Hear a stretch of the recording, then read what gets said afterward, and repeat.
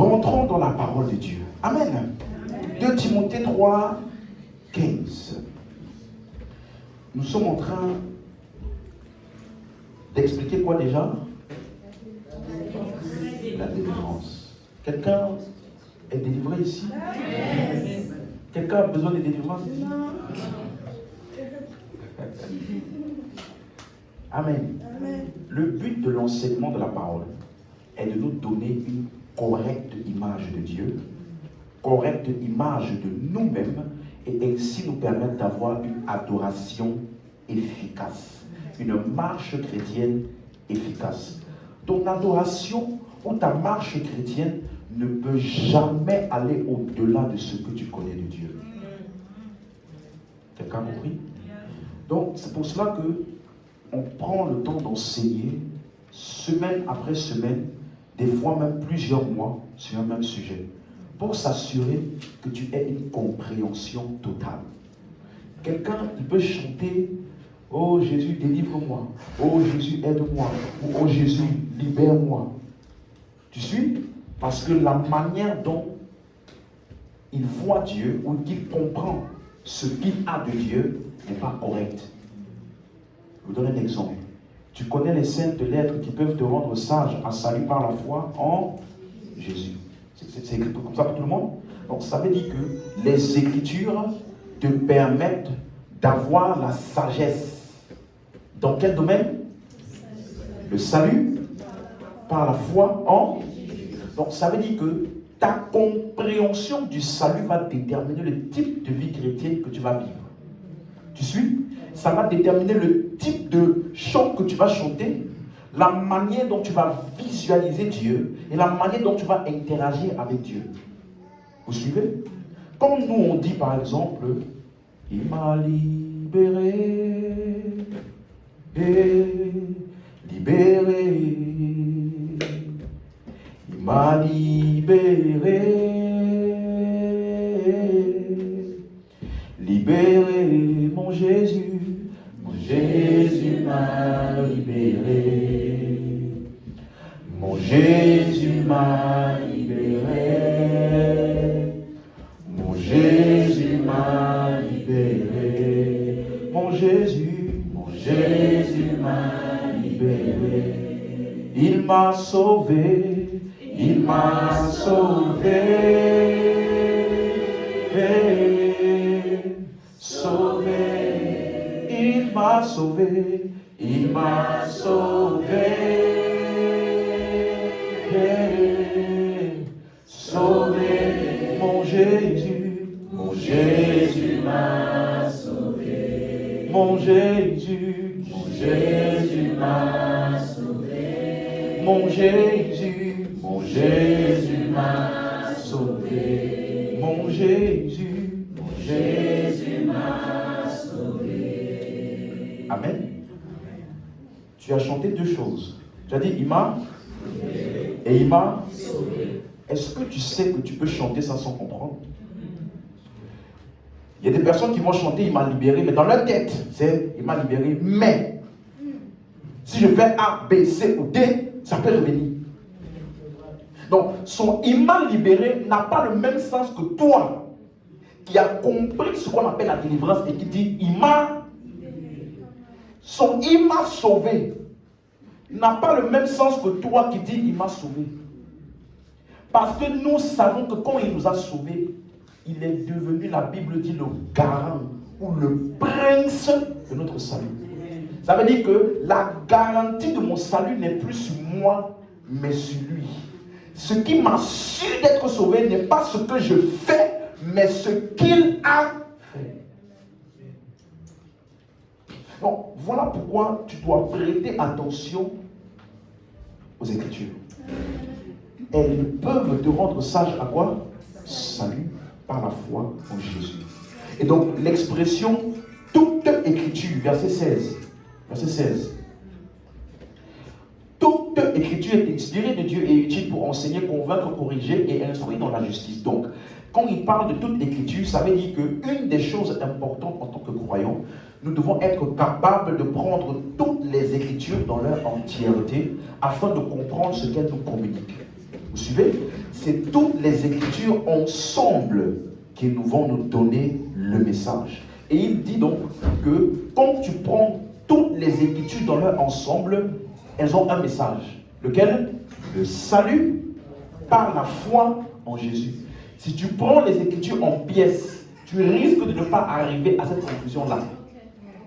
Si tu prends les Écritures en partie, tu prends une portion des Écritures, tu peux avoir l'impression que les Écritures ont plusieurs types de messages.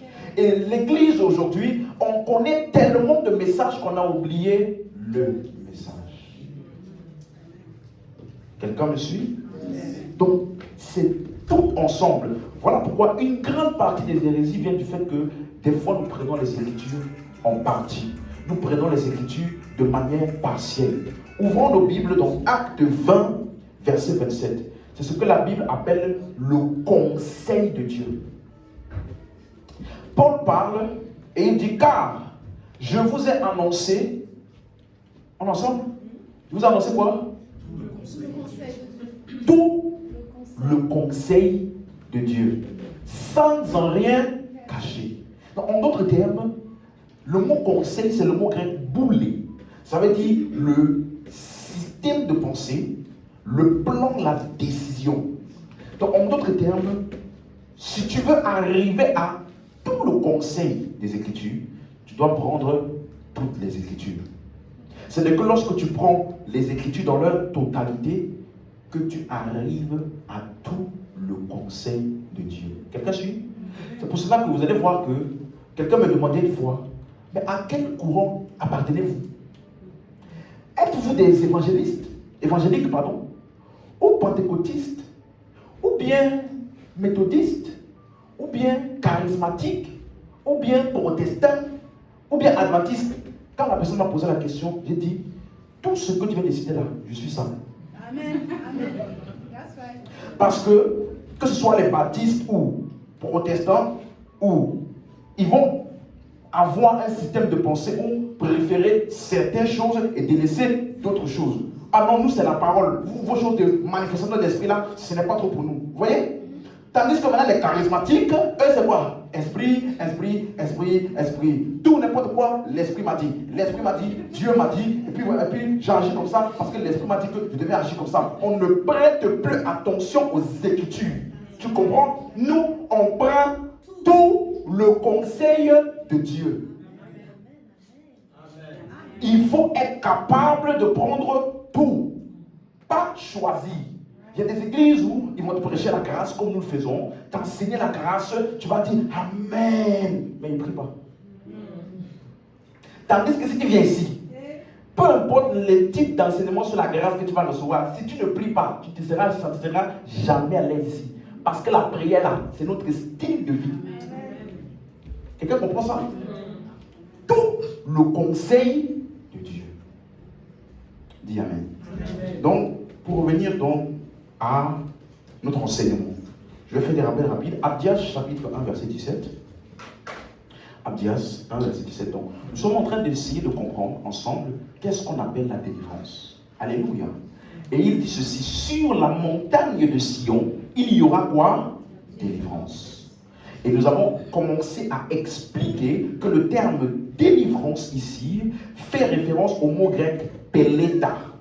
Peleta, ça veut dire être secouru, avoir échappé à. Donc, si tu lis ce même verset dans la version Semeur, si je ne me trompe pas, il dit, sur le mont Sion, il y aura des quoi? En d'autres termes, suis-moi, tu ne viens pas à Sion pour chercher à être délivré. Tu ne viens pas à Sion pour chercher à échapper. Non, si tu es à Sion, c'est parce que tu as déjà échappé. Donc, Sion est le lieu des personnes qu'on appelle des rescapés, des délivrés. Donc, Sion est l'endroit des personnes qui sont déjà délivrées. Si tu viens à Sion et tu cherches la délivrance, tu n'as pas compris comment tu as fait pour arriver à Sion. Et on a expliqué quoi? Que le mot Sion fait référence, d'après la première mention dans 2 Samuel 5-7, ça faisait mention au lieu de puissance, là où David, le roi, exerçait son autorité. Donc Sion fait référence au royaume, à l'autorité. Et donc dans les différentes prophéties qu'on a vues, par exemple dans 1 Pierre, chapitre 2, à partir du verset 6 et 7, vous allez voir qu'il mentionne Sion maintenant comme étant une personne. La pierre angulaire, la pierre qui a été rejetée, mais qui est maintenant devenue la principale. Et il dit, celui qui croira en lui. Donc, Sion, c'est l'autorité, le royaume de Dieu en Christ. C'est des rappels, ok? On se rappelle de tout ça, tout ce que je suis en train de mentionner. Donc, voilà pourquoi maintenant, je dis que ce mot-là veut dire Peleta, délivrance, les rescapés, ceux qui ont échappé. Donc, Peleta signifie que tu as déjà été secouru et que tu as été placé en Sion. Voilà pourquoi dans Hébreux 12, verset 22, il dit ceci. Vous vous êtes approchés de la montagne de Sion. En parlant de qui? Des croyants. N'est-ce pas? Ça veut dire que si tu es un croyant et que tu es en Christ, tu es sur la montagne de Sion. Or, la caractéristique de ceux qui sont sur la montagne de Sion, ils sont quoi? Délivrés. Donc, si tu es en Christ, tu es quoi? Délivré. Donc, si tu es en Christ ou sur la montagne de Sion et tu cherches la délivrance, tu n'as pas compris ce qui s'est passé quand tu as cru. Est-ce que jusqu'ici, ça fait sens pour quelqu'un? D'accord. Donc, la dernière fois, on a expliqué que la montagne de Sion est un lieu physique qui existe à Jérusalem, en Israël, Sion. Vous vous rappelez? Mais sauf que ici, il t'explique que le Sion dont on parle ici, c'est la cité du Dieu vivant. La Jérusalem, comment? Céleste. Donc, j'ai expliqué que le mot céleste, là, on a vu ça, c'est le mot grec pouranios. Ça ne veut pas dire que c'est dans un lieu quelque part. Ça veut plutôt dire que ce qu'on décrit a une origine divine et elle n'est pas physique. Donc pourquoi il dit Jérusalem céleste? C'est parce qu'il existe une Jérusalem qui est ici sur la terre et que tu peux aller visiter où? En Israël. Mais le Sion dont nous sommes membres, là où nous avons été introduits, ce n'est pas un lieu physique. C'est une Jérusalem, oui, mais qui est céleste. Jusqu'ici, tu suis toujours? Donc, ça veut dire que la Jérusalem où le royaume et l'autorité que nous avons est en esprit.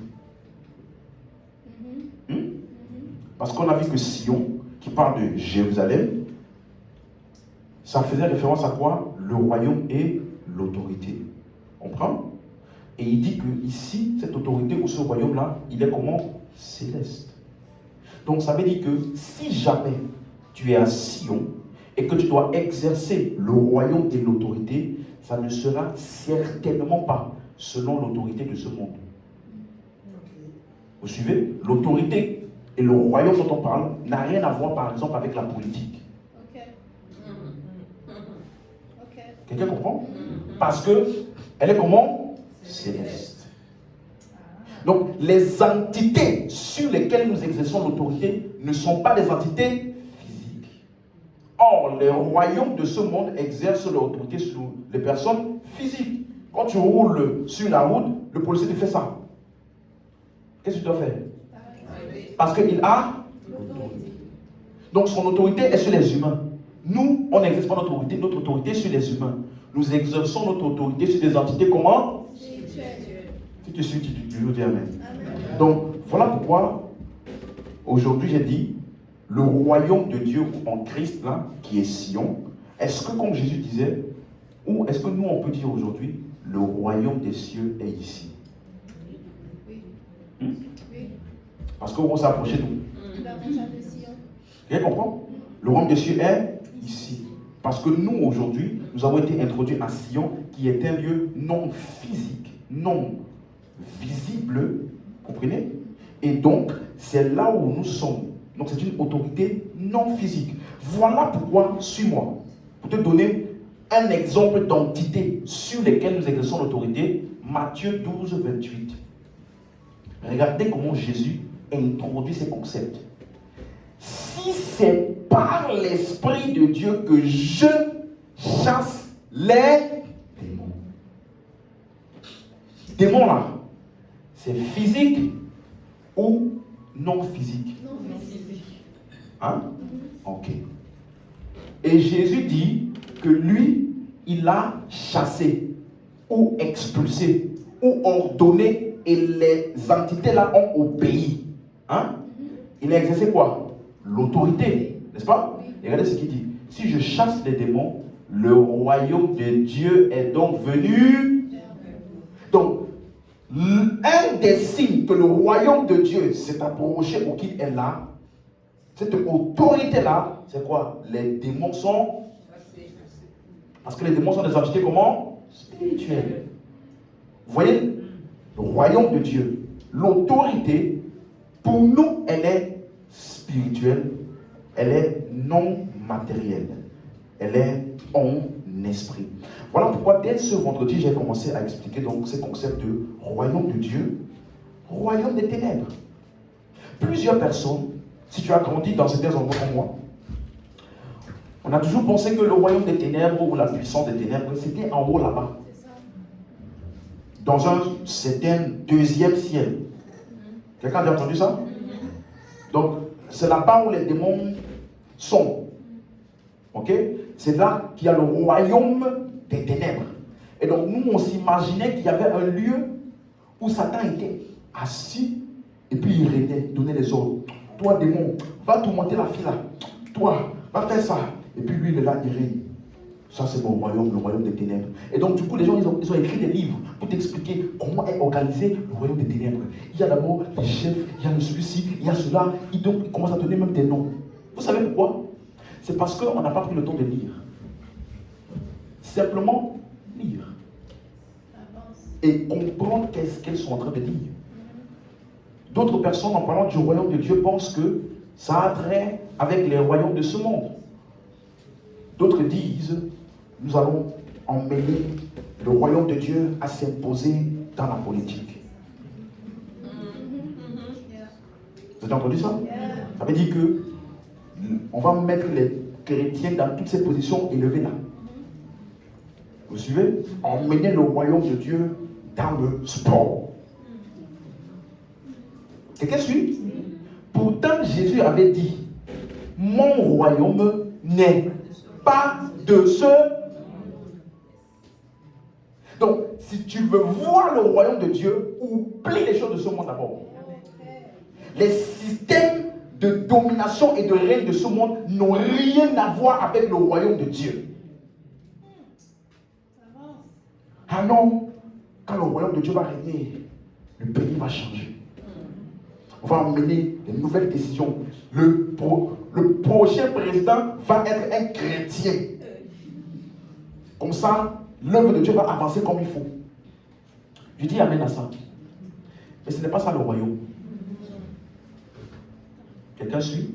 Parce que même si un président, écoute bien, même si un chrétien est président, dans sa fonction de président, il doit tenir en compte des païens, il doit tenir en compte les non-croyants, il ne doit pas donner des lois qui privilégient les uns par rapport aux autres. Parce que la politique là, c'est régner et exercer pour le bien-être du peuple, pas d'un groupe.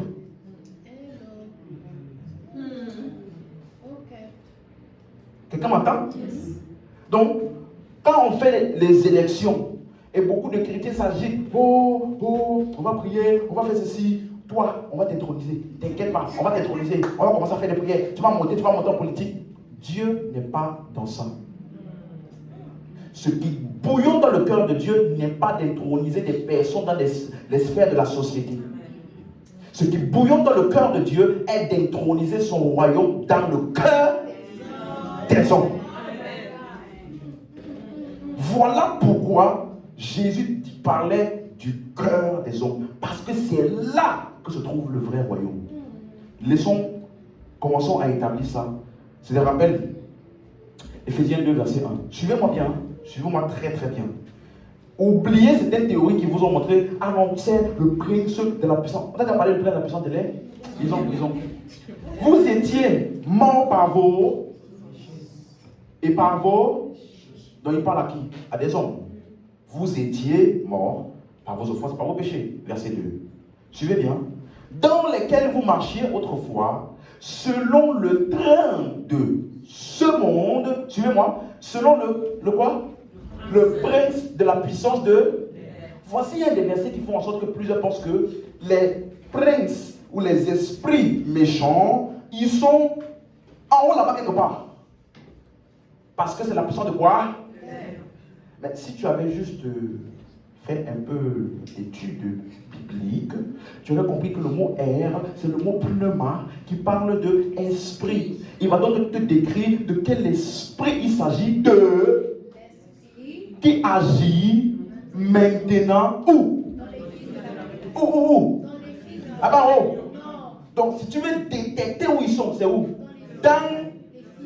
Donc ça veut dire que leur règne et leur autorité, c'est où? Dans les hommes. Dis amen, si tu suis.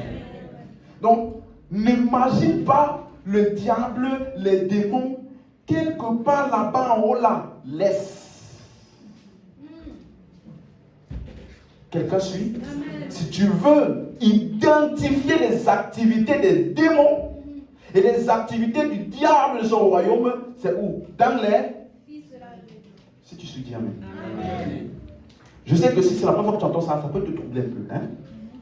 Laisse-moi arriver jusqu'au bout. Tu vas avoir une image claire. Voilà pourquoi on a appelé ça le royaume des ténèbres. Parce qu'il règne où? Dans les cœurs des... Pas là-bas en haut. Et voilà pourquoi le royaume de Dieu aussi. Lorsque le Saint-Esprit est venu habiter où? Dans les cœurs. Où? On appelle ça quoi? Le royaume de... Quand Dieu ou son esprit viennent habiter dans le cœur de... Quelqu'un comprend ça? Quelqu'un suit ça? Donc, où est-ce que je peux identifier le royaume de Dieu? Dans le cœur des hommes. Où est-ce que je peux identifier le royaume des ténèbres? Mais pasteur, tu es sûr que Colossiens 1, verset 13. Alléluia. Suis-moi bien, suis-moi bien. Colossiens 1, verset 13.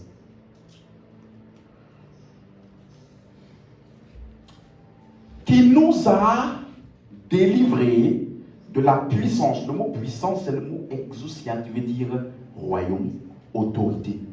Ok? Vous pouvez remplacer ça par l'autorité, le royaume. C'est la même chose. Donc, il nous a délivrés du royaume des ténèbres et il nous a transportés vers le royaume de son Fils. Quelqu'un suit? Donc, ça veut dire que si tu es dans le royaume de son Fils, c'est parce que tu as été délivré. Dis ça très fort, s'il te plaît. Délivré. Donc, la caractéristique de ceux qui sont dans le royaume du Fils, c'est qu'ils ont été délivrés.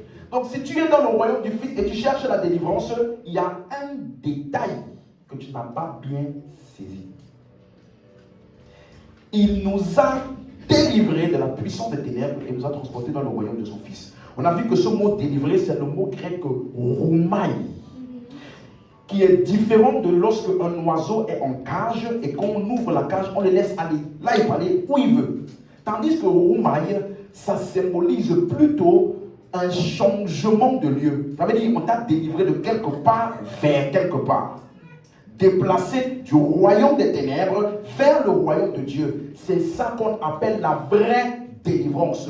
Un changement de royaume.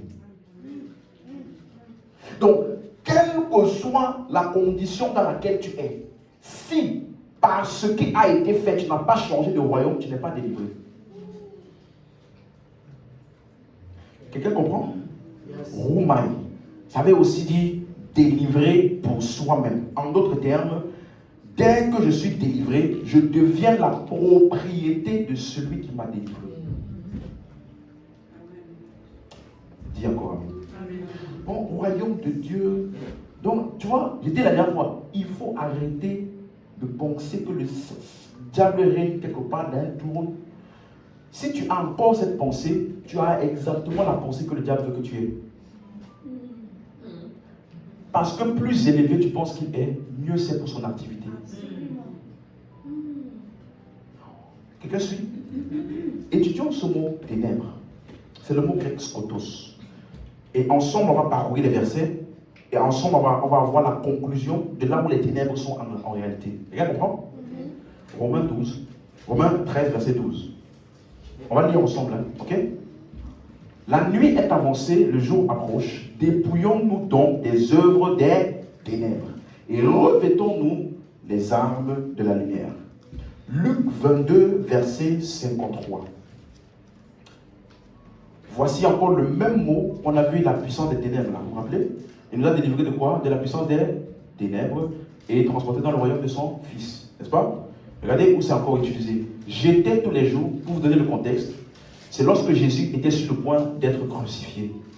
Les hommes sont venus armés avec des bâtons, des armes pour le capturer. Vous suivez? Et donc Jésus dit, j'étais tous les jours avec vous dans le temple et vous n'avez pas mis la main sur moi. Mais c'est ici votre heure et la puissance des ténèbres. Donc ça veut dire que les hommes en venant le capturer étaient sous l'influence du royaume des ténèbres. Donc si tu veux identifier l'œuvre du royaume des ténèbres, c'est où? C'est où?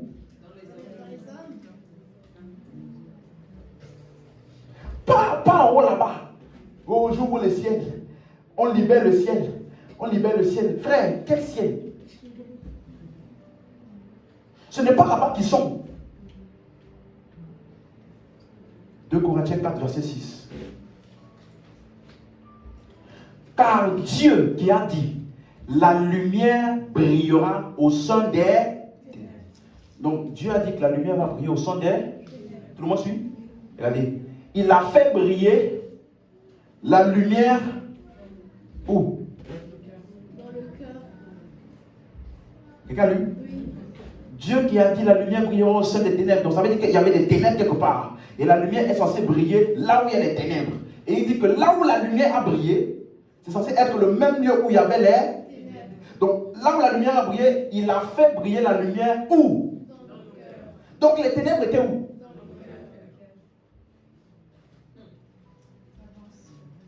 Si tu suis, dis Amen. Quelqu'un comprend?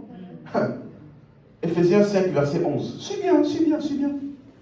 Ne prenez point part aux œuvres infructueuses des ténèbres, mais condamnez-les. Ephésiens 6, verset 12. Nous n'avons pas à lutter contre la chair et le sang, mais contre les dominations, contre les autorités, contre les princes de ce monde de ténèbres, contre les esprits méchants dans les lieux célestes. Pourquoi l'apôtre Paul dit on n'a pas à lutter contre la chair et le sang? Parce que quand tu vas voir les activités des hommes, c'est eux qu'on appelle la chair et le sang, là, ce sont les hommes. Okay? Donc, ne fais pas l'erreur de commencer à combattre l'homme. Parce que l'homme là est sous l'influence de autorité, domination, prince des ténèbres, esprit méchant. Donc, si tu commences à lutter contre l'homme, tu n'as pas discerné le royaume des ténèbres agissant au travers de l'homme. Quelqu'un arrive à suivre? Donc, où est-ce que je peux identifier le royaume des ténèbres? Quelqu'un comprend? Pas en haut là-bas. Ou bien quelqu'un disait dans les eaux. Esprit des... Esprit de quoi? Des eaux. Aïe. Tu as vu esprit des eaux? Donc il y a esprit du deuxième ciel et aussi esprit des eaux. Ils sont partout, sauf le vrai endroit où les esprits là opèrent. Tu vois? Toute la nuit, je brille l'esprit des eaux, je brille l'esprit de ceci, je brille l'esprit de cela. Et puis quelqu'un te fait quelque chose, tu as du mal à pardonner. Tu n'as même pas compris que tout ce que tu as brisé là, le vrai endroit où tu devais briser là, c'est maintenant là. Où la pensée de colère, la pensée de haine est venue se présenter à toi. C'est là que tu dois briser. Et dit, je choisis de fonctionner selon le royaume. Et la Bible dit dans Romains 14, 17, le royaume de Dieu c'est quoi? La justice, la paix et la joie par le Saint-Esprit. Donc ça veut dire que l'Esprit de Dieu venant en moi a établi quoi? Les seules choses qui peuvent sortir de moi, c'est la paix.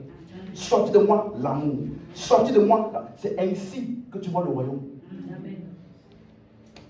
Amen. Quelqu'un comprend ça? Amen. 1 Thessaloniciens 5, verset 5. Vous êtes tous des enfants de la lumière et des enfants du jour. Nous ne sommes point de la nuit ni des ténèbres. Vous voyez, enfant de lumière, ça veut dire un type d'homme. Ou enfant des ténèbres, un type d'homme. Quelqu'un suit? 1 Pierre 2, verset 9.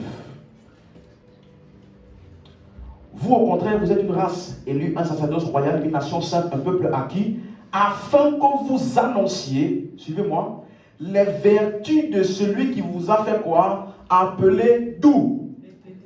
Des ténèbres à son admirable. Vous. Ça parle de qui? Les hommes encore. Quelqu'un arrive à suivre? Avant-dernier verset, Jean 1, verset 4. Quelqu'un suit? Suivez bien. En elle était la vie.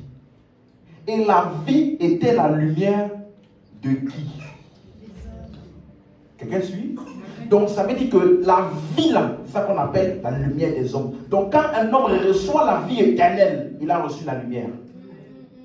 Et donc, verset 5, la lumière, lui, dans les ténèbres, et les ténèbres ne l'ont point reçu. Or, la lumière là, elle a lui où? Dans les cœurs des hommes. Dans les hommes. Parce qu'on dit la vie était la lumière de qui? Des hommes. Vous suivez? Lumière, ténèbres, en rapport avec l'homme. Alléluia. Donc, le royaume de Satan est dans le cœur des hommes. Non pas dans une pièce obscure quelque part. Ou dans un ciel, 2e, 3e, 4e, 5e ciel quelque part. Tu as suivi? Je t'ai dit que si on t'enseigne les Écritures, ça va corriger ta perception.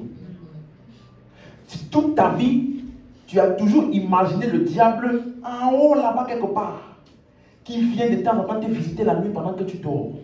Et puis, dès que tu te réveilles, il repart là où il était. Tu vois? Tu as loupé un détail et par cette ignorance-là, tu donnes des coups dans l'air. Tu combats des combats inutiles. Quelqu'un suit? Dans le cœur des hommes. Voilà pourquoi, suis-moi. Si tu comprends ce que je t'explique là, tu vas comprendre ce qu'on appelle la vraie délivrance. Elle se passe où? Parce que là où il y a les ténèbres, regardez, Acte 26, verset 16. Suis bien ce verset. Si tu comprends ce verset-là, mon frère, ma soeur, il y a beaucoup de pensées et de fausses croyances avec lesquelles tu vas plus, qui ne vont plus, t'embrouiller. Regardez. Paul, lorsqu'il a été visité par le Seigneur sur le chemin de Damas, Paul lui-même, il raconte qu'est-ce qui lui est arrivé. Amen. Et là, ce qu'il dit. Mais Jésus lui a dit quoi? Lève-toi et tiens-toi sur tes pieds, car je te suis apparu pour t'établir quoi? Ministre. Vous suivez? Et témoin des choses que tu as vues et de celles pour lesquelles je t'apparaîtrai. Jusque-là, tout le monde suit? Suis bien. Verset 17. Je t'ai choisi au milieu de ce peuple et du milieu des païens vers qui je t'envoie. La suite. Maintenant là, je veux toute votre attention. Regardez la mission. Afin que tu leur ouvres quoi? Les yeux. J'ai une question. De quels yeux s'agit-il? Ça là? Hein?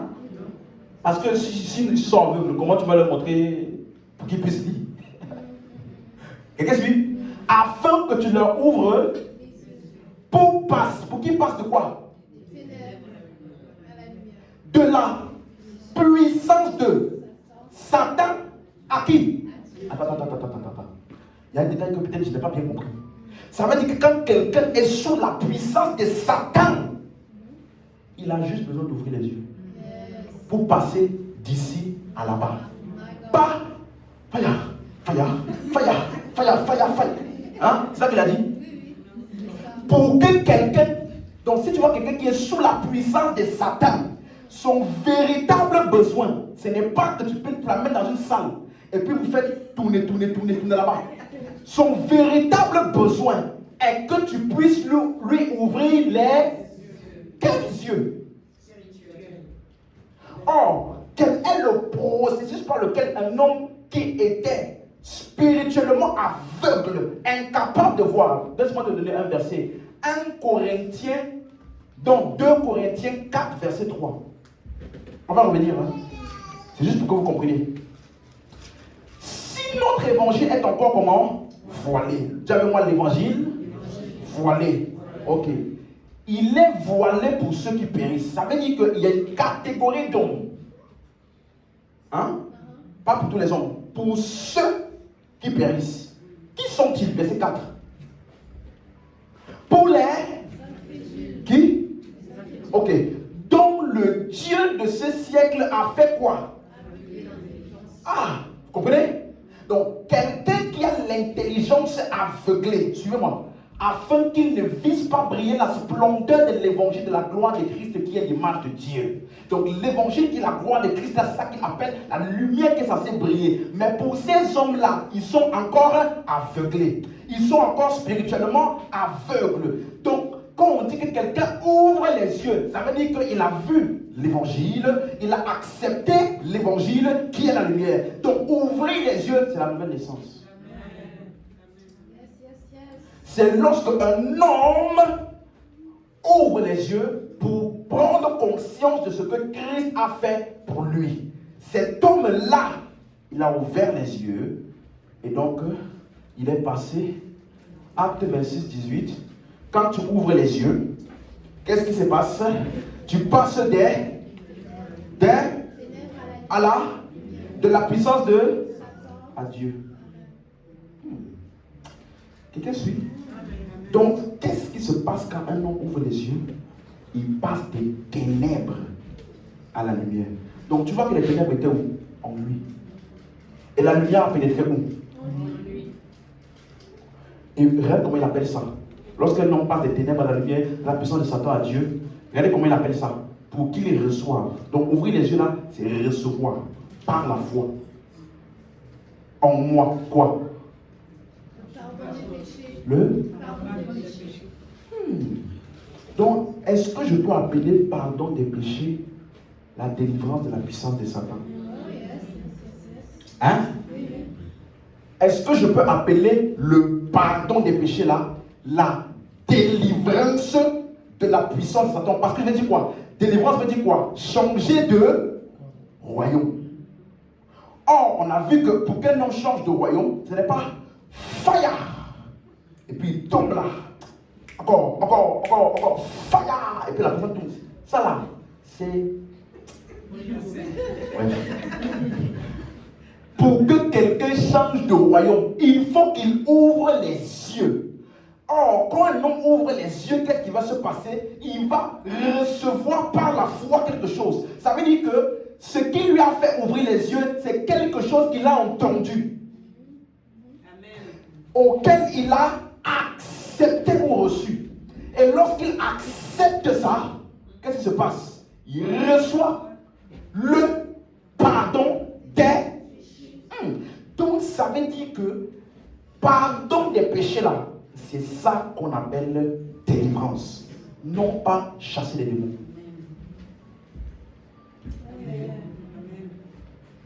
Donc quand tu dis à quelqu'un, je vais faire ta délivrance, tu vas te lui dire, je vais faire quelque chose pour que tu sois pardonné.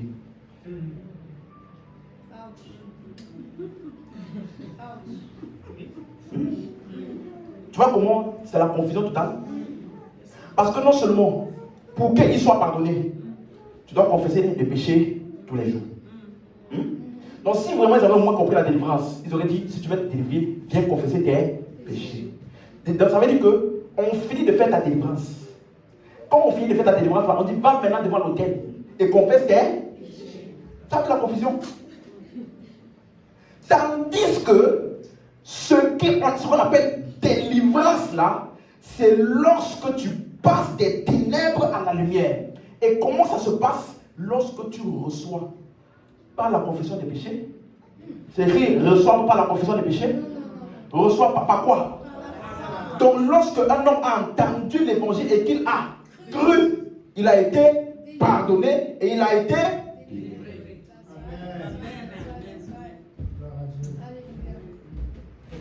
Si tu as suivi mon exemple, là, dis Amen.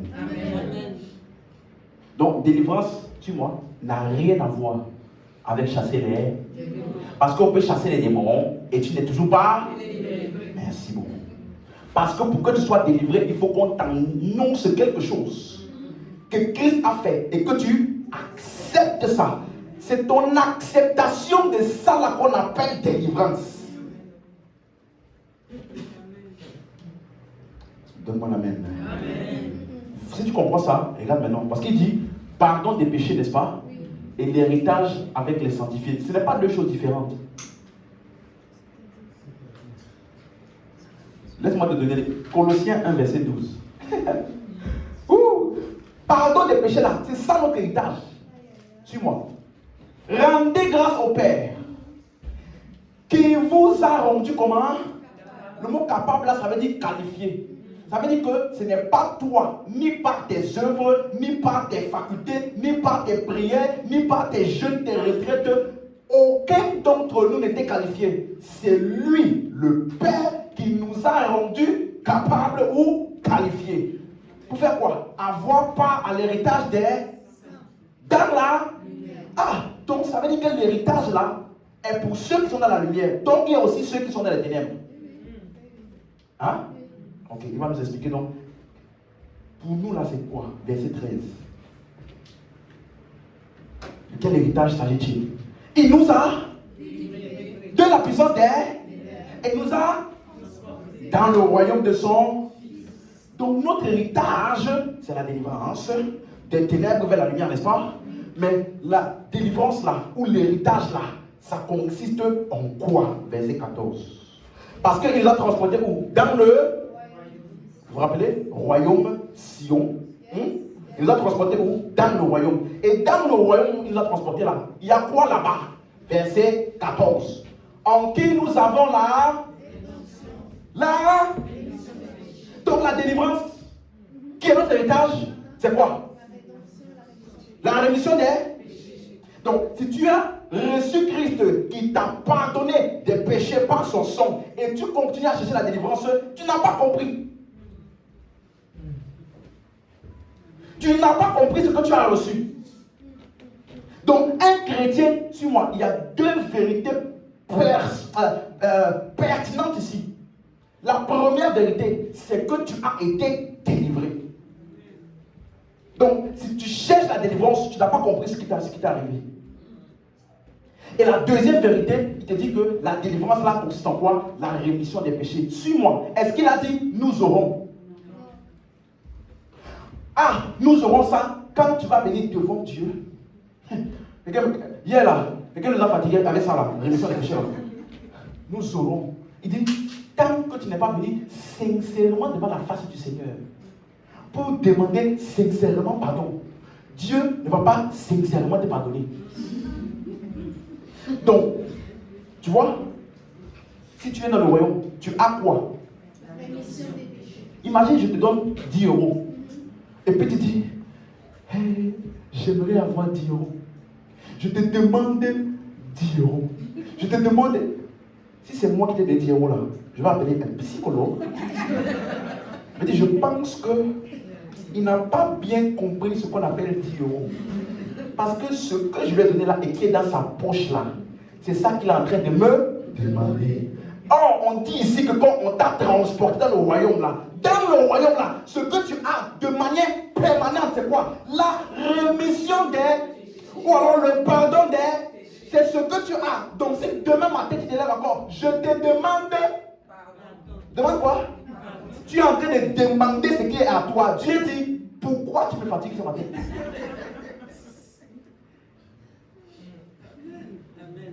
Tu vois? C'est pour ça que, bon, je blague, mais c'est une bonne blague. C'est pour ça que Dieu a tellement été fatigué d'entendre, Père, je te demande encore pardon, je te demande encore pardon. Il a dit, bon, on va créer des circonstances. Et cette personne-là va arriver dans une église qu'on appelle NCR. Quand tu vas entrer là-bas, on va ouvrir tes yeux. Hein? Si tu es ici là, sache qu'il y a un moment Dieu était fatigué. Nous là, on est le lieu du repos de Dieu. Là où on t'explique ce que Dieu a fait pour toi, pour que tu puisses en bénéficier.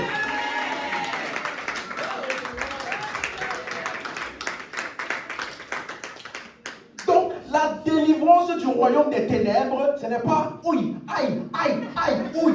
Non! Quand tu fais ton ouïe, aïe, aïe, ouïe, tu es toujours sous la puissance des ténèbres. Parce que tant que tes yeux ne sont pas ouverts pour comprendre et accepter l'évangile, tu es toujours sous la puissance des ténèbres. Tu suis? La délivrance pour nous, c'est la rémission des péchés. C'est ça la délivrance. D'après la Bible. Pas d'après la pensée populaire.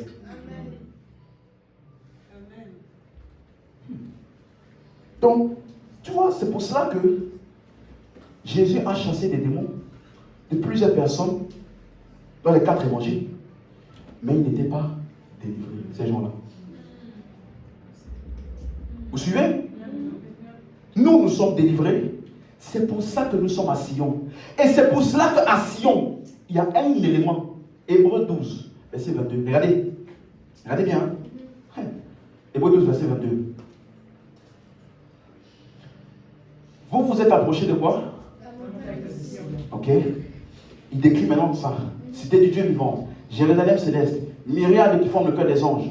Allons directement au verset 24 pour gagner du temps. De Jésus qui est le médiateur. Donc, si on s'est approché, c'est de Jésus qui est le médiateur de la nouvelle et du. Ah! Jésus avait dit, ceci est mon le sang de la nouvelle alliance qui a été répandu pour la. Ah.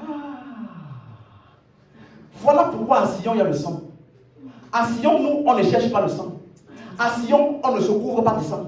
À Sion, on ne se plonge pas dans le sang. Non. À Sion, là, c'est la bonne monnaie. Tu m'as suivi? Tu comprends?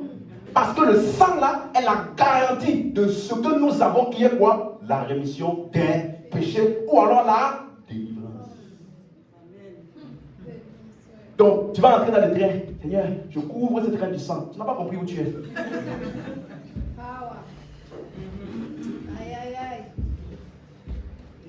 Donne-moi la main, je pousse. Dis à ton voisin, je suis délivré. Parce que je suis pardonné. J'ai la rédemption et la rémission des péchés.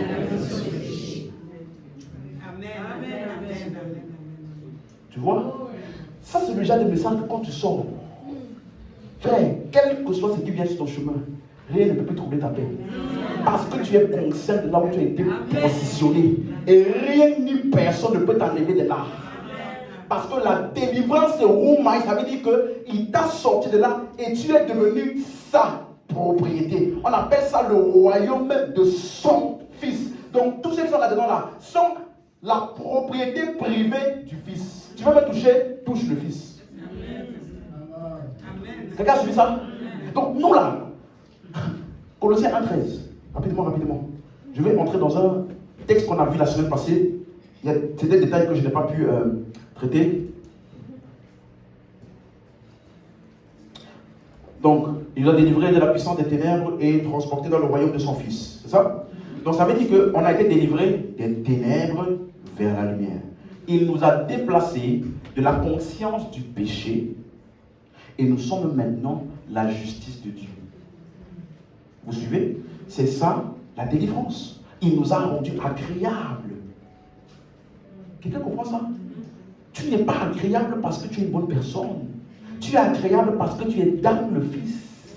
Et le Fils est le Fils bien-aimé. Donc, en quel le Père exauce toujours. Donc, comme tu es en lui, toi aussi tu es le bien-aimé. Et en lui, là, il t'exauce toujours. Oh, tu ne m'as pas dit Amen comme il faut ici. Quelqu'un m'a suivi? C'est ça le royaume. La délivrance du péché vers le pardon des péchés. Donc, on va voir un texte maintenant Colossiens 2, verset 15. Ouh. Colossiens 2, verset 15. Suivez maintenant. J'ai expliqué ça la semaine passée, mais il y a certains détails que je pense vont approfondir ce que j'avais expliqué. Il a dépouillé les autorités et les dominations et les a livrées publiquement en spectacle en triomphant d'elles par la croix. Alléluia. Et j'ai expliqué que beaucoup utilisent ce verset-là pour dire que il y a eu un combat entre Jésus et Satan. Tu as entendu ça? Ils ont combattu. Genre pendant 3 jours et 3 nuits, quoi. Ils ont fait de lutter. Bam, bam. Peut-être même après un jour. Regarde, repose-toi, on fait une heure de pause, ok? Je me pose, repose-toi. Après une heure. C'est bon, on repart. On a encore 3 jours. Boum, boum, boum. Hein? Genre comme les films chinois là. Hein? Beaucoup pensent que c'est ça qu'il y a eu entre Jésus et les démons et le diable. Tandis que, suis-moi, Jésus a eu 3 jours et 3 nuits. Il les a passés dans le séjour des morts. Il n'y a aucun démon là-bas. Le royaume des ténèbres est où? Dans lequel il dit? Et ils sont où? Ils sont où? Donc quand Jésus est mort, il était dans le séjour des morts là-bas. Il n'y avait aucun. Tu as compris? Donc toi, si toi tu penses qu'il est parti là-bas, lutter, frère, il y a un détail qui t'a loupé, que tu as loupé, parce que le royaume des ténèbres exerce leur domination sur les hommes, ils sont où? Sur la terre. Voilà pourquoi là, quand un homme il meurt, l'esprit là, il va chercher un autre endroit pour continuer à faire quoi? Exercer son œuvre. Tu comprends? Donc il ne suit pas la personne là-bas dans l'esprit des morts. Donc, quand Jésus a rendu l'âme sur la croix, c'est fini. Il n'y a plus aucun contact entre lui et les démons et le diable. Tout ce qui s'est passé pendant 3 jours et 3 nuits, laisse-moi te dire, Satan n'était pas au courant. Il ne savait même pas ce qui s'est passé. Donc, beaucoup de théories que nous avons, c'est le fruit d'une imagination très poussée. Regarde, 2 Pierre 1, verset 16. Ce n'est pas en effet. D'accord, ce n'est pas en effet. En suivant des fables, comment? C'est ce que ça veut dire. Il dit, ce n'est pas en suivant des fables habilement conçues que nous vous avons fait connaître la puissance et l'avènement de notre Seigneur Jésus. Donc, ce qu'on vous a annoncé de Jésus et de Dieu, ce n'est pas pour penser assis. Qu'est-ce qui aurait pu se passer, cet esprit? Qu'est-ce que Jésus aurait pu faire? Et puis, tu as dormi. Et puis, pendant ta nuit là, tu as eu un rêve où tu as vu monter le combat. Et puis, tu t'es levé le matin, tu as écrit. Voici vraiment ce qui s'est passé pendant 3 jours et 3 nuits. Regarde la version d'Arby. Version d'Arby. Ce n'est pas en suivant des fables, comment? Ouh! A dit que l'imagination là, c'est tellement ingénieux que ça peut vouloir paraître faire sens. Tellement que c'est ingénieux. Il y a des gens comme ça. Ils ont une imagination très poussée. Quelqu'un disait une fois, le prince de la puissance de l'air. Ça veut dire que Jésus et Satan, ils ont eu le vrai combat. Là-bas dans les cieux, dans les airs. C'est là-bas en haut là qu'il a dépouillé les dominations. En fait, quand il est monté, il a passé le premier ciel. Il est entré dans le deuxième ciel. Il a pris toutes les dominations là. Tu as déjà vu? Il a vu Dragon Ball Z. Kamehameha, boum! Et puis les démons ont menti. Et puis ils ont fait puissant du diable. Et puis Jésus est venu. Ça là, on appelle ça fable ingénieusement. Ça là, c'est ton imagination qui te joue des tours. Tu suis? Si tu entres dans la parole, tu vas comprendre ce qui s'est vraiment passé. On va étudier 3 mots dans Colossiens 2, verset 15. On va étudier 3 mots. Tu vois, tu dois rendre grâce à Dieu pour l'étude biblique. Amen. Ça te permet d'avoir une connaissance exacte. Les 3 mots qu'on va voir: dépouiller, les a livrés en spectacle publiquement et triomphant d'elle. Si tu comprends ces 3 mots-là, tu vas comprendre exactement ce qu'il disait ici.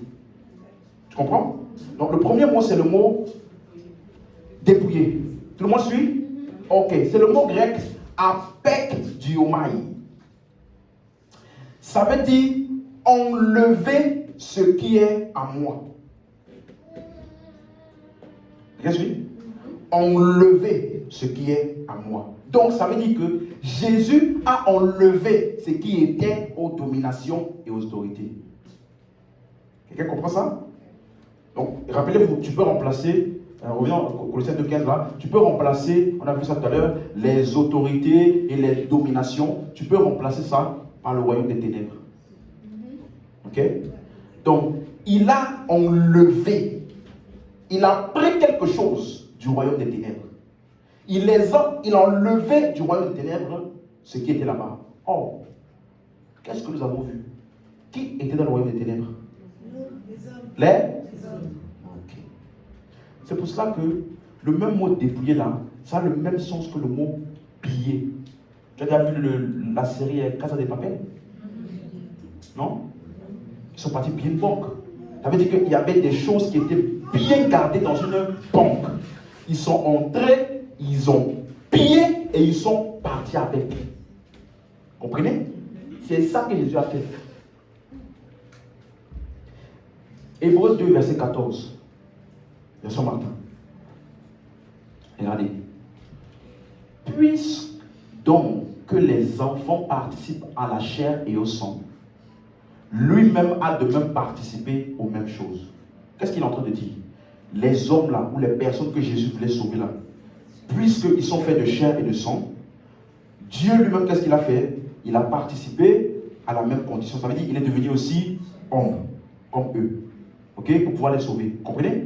Pourquoi? Afin que, par la mort, il détruisit celui qui avait l'empire de la mort, c'est à savoir le diable.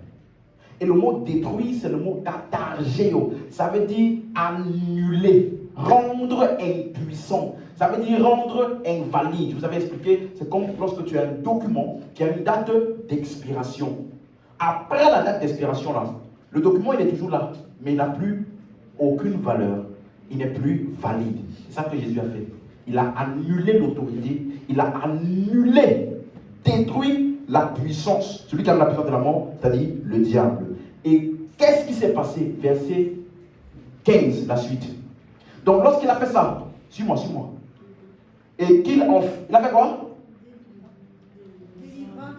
C'est passé, présent, futur. Vous voyez? Délivrant qui? Tous ceux. Vous voyez?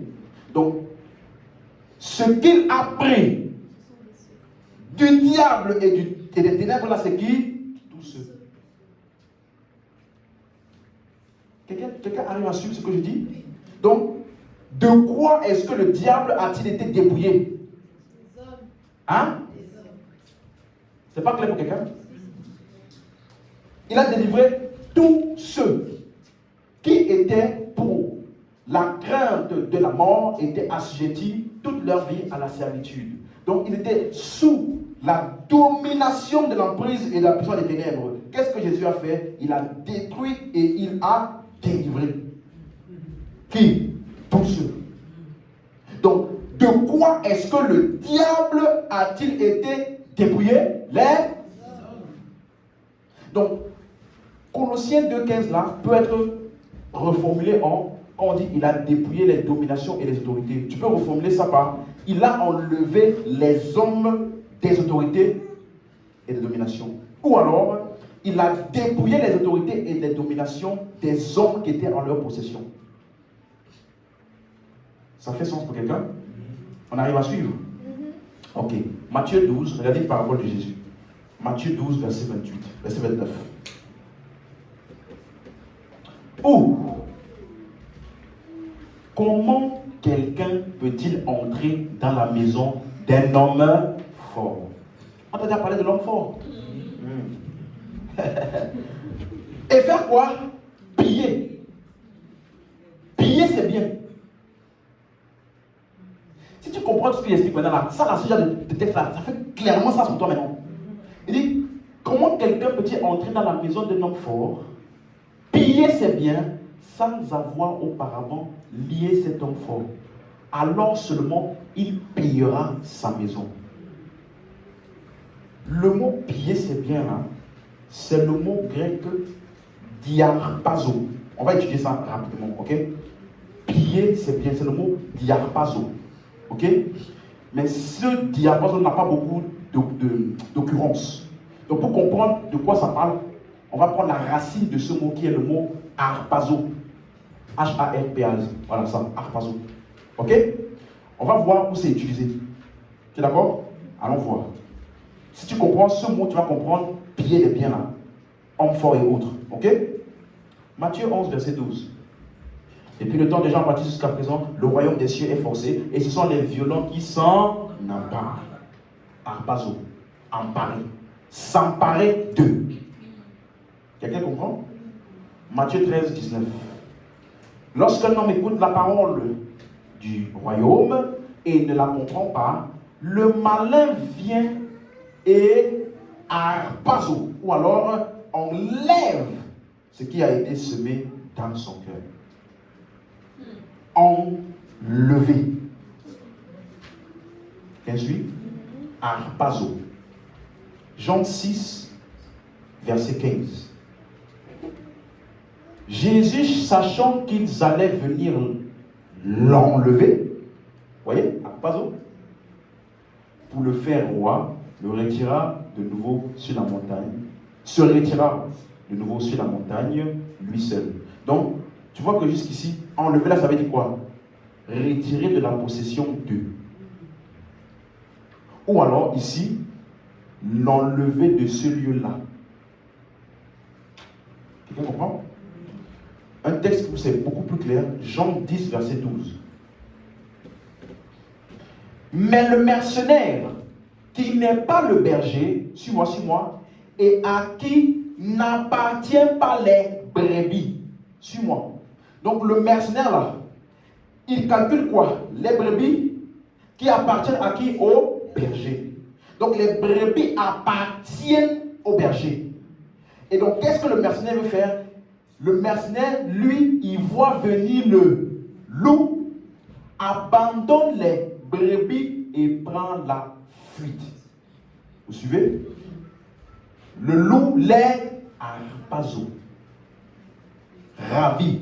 Ça veut dire prendre ce qui appartient à.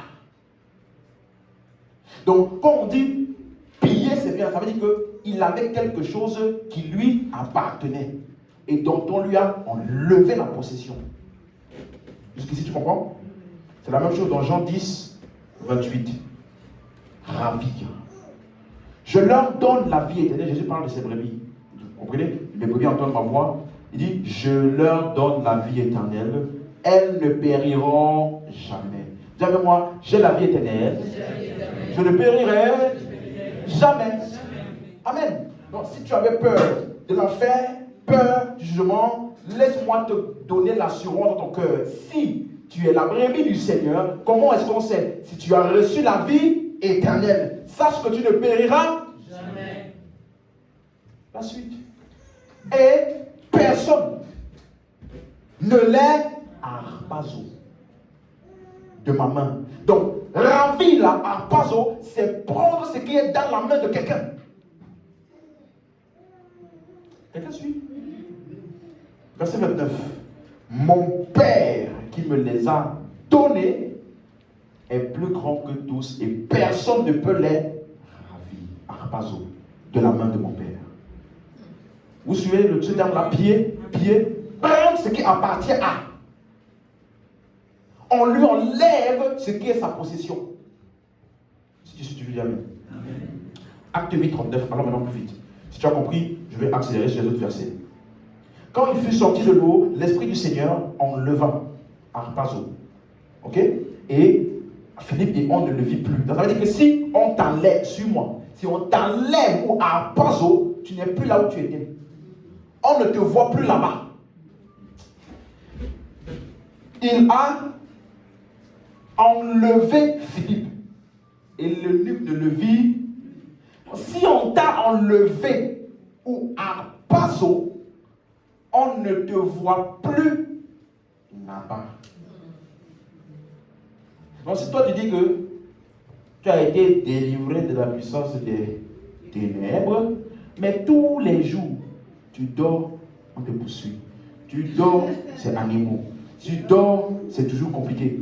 Est-ce que tu es sûr? Parce que si on t'a levé, on ne te voit plus là-bas. Quelqu'un comprend? Autre verset, Acte 23, 10.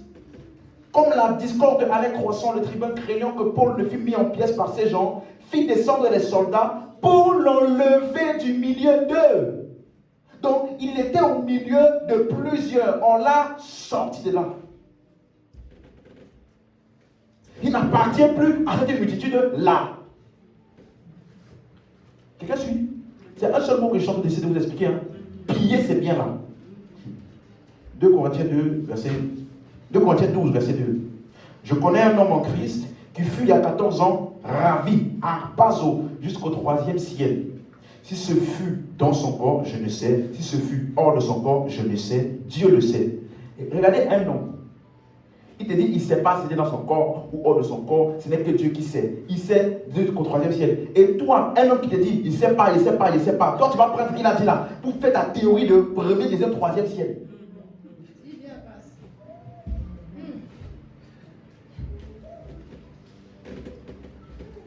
Verset 4. Suis-moi. Je pense que Paul lui-même, aujourd'hui, il regrette d'avoir écrit ça. Je pense qu'il ne se doutait pas de toutes les théories qui allaient naître d'une seule phrase, qui n'a aucune autre évidence nulle part ailleurs. Il fut à Harpazo, enlevé dans le paradis. 1 Thessaloniciens 4, verset 17. Ensuite, nous les vivants qui serons restés, nous serons tous ensemble à Harpazo avec eux sur des nuées, changer de lieu. Quelqu'un comprend? Donc, comme il dit, il a dépouillé les dominations des autorités. Vous comprenez maintenant? Il a enlevé des dominations d'autorité ce qu'ils avaient, ce qui était en leur possession. De telle sorte que ce qu'il a enlevé là, il n'est plus là. Amen. Et eux, ils ne peuvent plus le voir. Yes. Là-bas. Donc, qu'est-ce qu'il a pris aux autorités? Qu'est-ce qui étaient les biens des hommes forts? De l'homme fort? Les hommes. Quelqu'un suit? Parce qu'on a vu tout à l'heure l'esprit qui agit maintenant dans les fils de la rébellion. C'est clair? Donc c'est pour ça que on dit que la puissance des ténèbres se trouve dans le cœur des hommes. Colossiens 2,15, revenons. C'est clair? Le premier mot là. Voilà, je t'explique comment on fait l'étude biblique. Hein. C'est comme ça qu'on fait. On a étudié le premier mot quoi? Dépouiller. Ça veut dire quoi? Prendre ce qui était en possession d'eux. Deuxième mot. Les a livrés publiquement en spectacle. J'avais expliqué la semaine passée que le mot les n'est pas dans l'original. Si tu vas lire le grec, tu vas voir le mot les là. Il n'est pas là. Tu comprends? Parce que j'ai dit ici que toute traduction a une part d'interprétation. Parce que des fois, quand tu traduis de manière mot pour mot, des fois ça ne fait pas très sens. Tu comprends? Donc, il y a des choses que tu vas rajouter pour essayer de créer un sens à la phrase traduite là. Et donc, les mots que tu vas ajouter, c'est en fonction de ce que tu as compris. Quelqu'un comprend? Quelle expression je peux donner?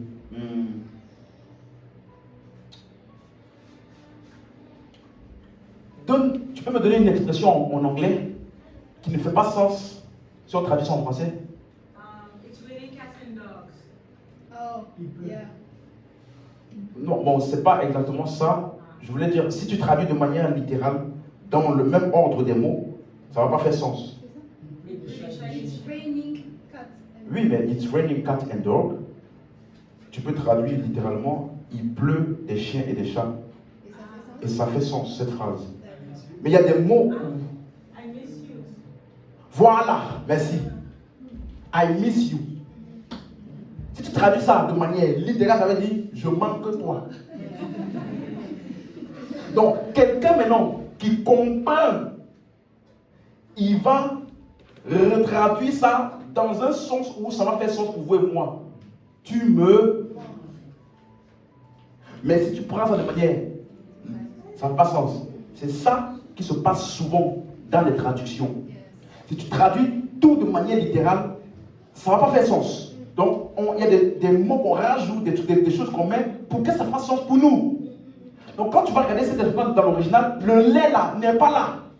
Il a rajouté ça parce que selon lui, ce qui a été livré publiquement en spectacle était quoi? Les dominations et les autorités.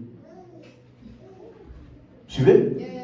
Donc il a dominé, il a dépouillé les dominations et les autorités et les a livrés en spectacle. Ça veut dire que le lait là, il a mis ça parce qu'il a compris pour lui dans le sens de ce qui était dit, ce qui a été livré publiquement en spectacle là, c'était quoi? Les dominations et autorités. Donc c'est à nous d'analyser le contexte et de savoir quelle est la meilleure préposition à mettre ici. Si tu suis dit amen. Quelle est la bonne préposition? Mais la première chose qu'on a vue et qui est sûre, c'est que Jésus a fait, c'est quoi? Il a dépouillé les dominations et les autorités. Il a enlevé à Satan ceux qu'il maintenait captifs. Les personnes que Satan maintenait captifs là, Jésus les a enlevés de sa possession. Donc, il a livré qui en spectacle? Pour comprendre, est-ce que vous suivez? Donc, il a qui? Ça parle-t-il des dominations et autorités? Ou est-ce que ça parle de quelqu'un d'autre? Suis-moi. Le mot spectacle, c'est le mot degmatizo. En spectacle, degmatizo. Ça veut dire faire un exemple de. Montrer en spectacle. C'est utilisé seulement 3 fois. Et la plupart du temps où c'est utilisé, j'avoue que c'est souvent de manière négative. Comme pour un exemple de disgrâce, un exemple de honte. Vous comprenez? Comme la femme en flagrant délit d'adultère, elle a été exposée publiquement pour l'acte mauvais qu'elle a fait, pour servir d'exemple à tous ceux qui vont faire la même chose qu'elle a faite là. Vous suivez? Donc c'est souvent utilisé, même pour Marie, Matthieu 1, verset 19, à la version Darby. Oui. Joseph, son mari, étant juste et ne voulant pas faire d'elle un exemple, comprenez? Se proposa de la répudier secrètement.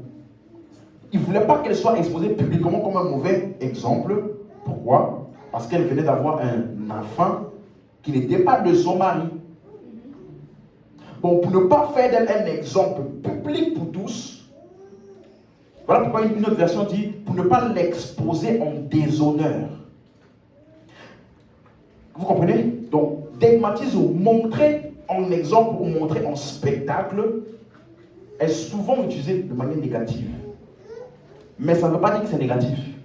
Ça veut simplement dire que, généralement, les choses qui ont été exposées étaient des choses mauvaises. Par exemple, si ici je dis à quelqu'un, 2 personnes ici, venez, c'est un exemple, pas besoin de venir, et qu'une personne parle bien anglais, l'autre parle mal anglais. Je dis à la personne qui parle mal anglais, parle anglais devant nous.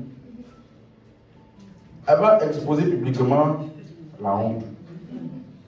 Tu vois? Mais celle qui parle bien anglais, je dis parle-nous anglais. Elle va exposer publiquement quoi? Le bon anglais. Donc, c'est la chose qui est exposée qui va définir si c'est positif ou négatif. C'est qu'est-ce qui est exposé qui détermine si c'est positif. Donc, c'est à nous de savoir qu'est-ce qui a été livré en spectacle. Et revenons dans Colossiens 2,15. Quelqu'un suit? Est-ce que vous suivez jusqu'ici? Ok. Ce qui est plus logique, suis-moi. Lorsque tu as enlevé quelque chose de quelqu'un, c'est ce que tu as enlevé là que tu exposes. Par exemple, lors de la Coupe du Monde, l'Argentine a pris la coupe à qui? À la? Parce qu'avant cette Coupe du Monde, là, qui était champion de France? C'est Hein? la France. Qui détenait la coupe? La France. Laissons même Coupe du Monde. Dans un combat de boxe, où quelqu'un est le champion de sa catégorie, il doit défendre son titre. Parce que c'est lui qui détient la ceinture. Donc, à la fin du combat, s'il a perdu, son adversaire fait quoi? Il lui a pris sa... Qu'est-ce qu'il fait maintenant?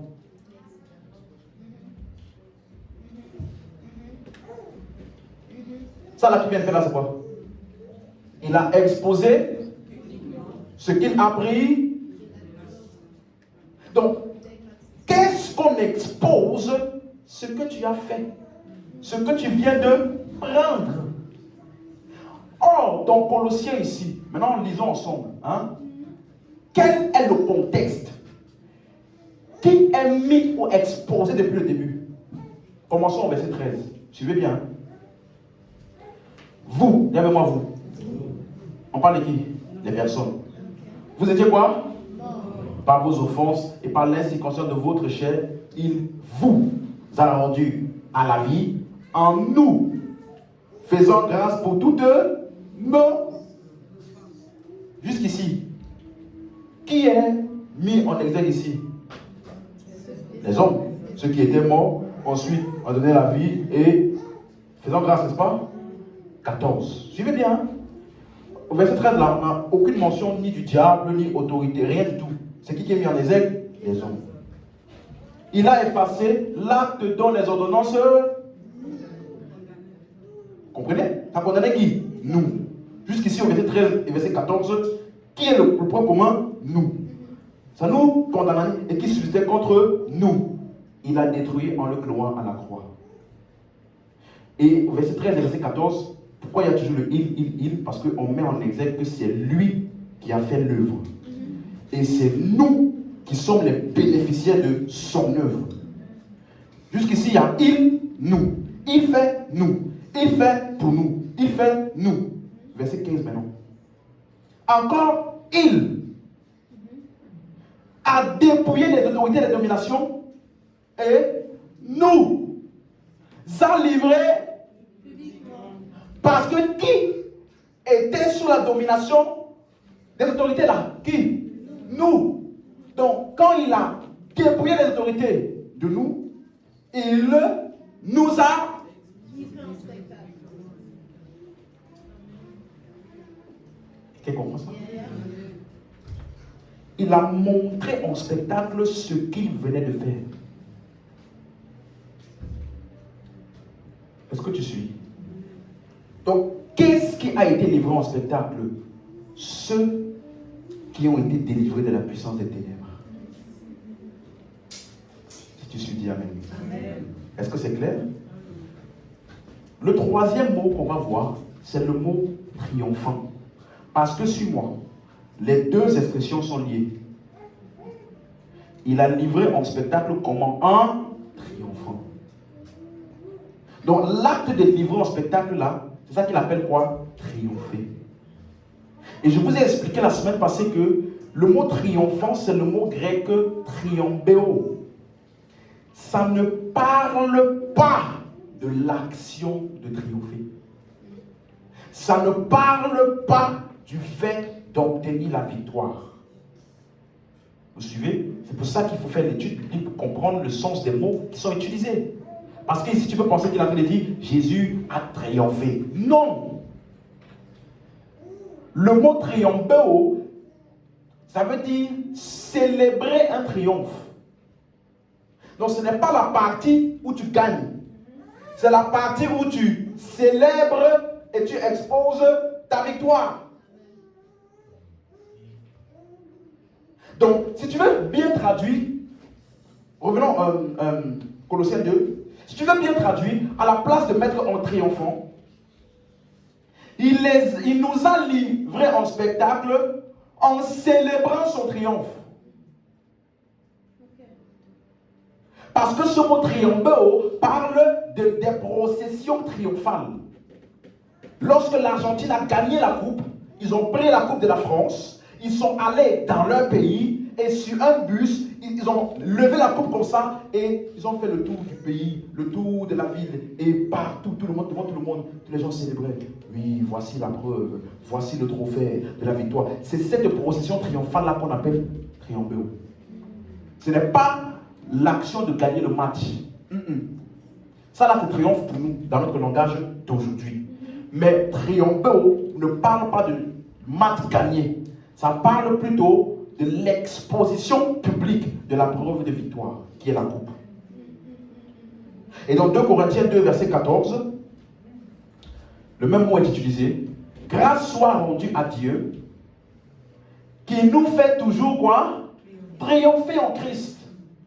Et on avait lu la semaine passée dans la version amplifiée en anglais, il disait, grâce soit rendue à Dieu qui nous fait toujours triompher comme des trophées de la victoire de Christ. Donc, en fait, les trophées de la victoire de Christ, c'est nous. Si tu suis, je dis amen. Parce que triomphéo, qui est le mot triompher là-bas, ça parle de la procession triomphale.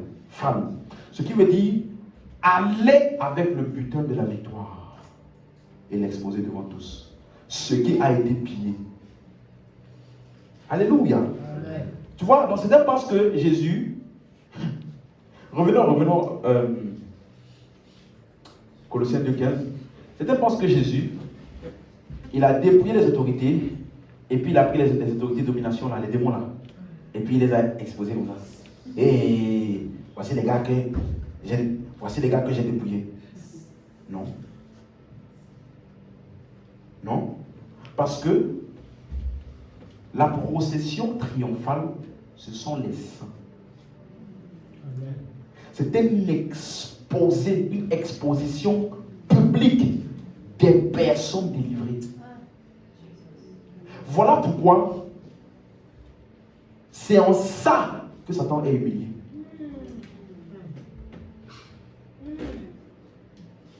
Quelqu'un suit? C'est en ça. Parce que tous ceux qui étaient sous son emprise, maintenant sont devenus ses maîtres.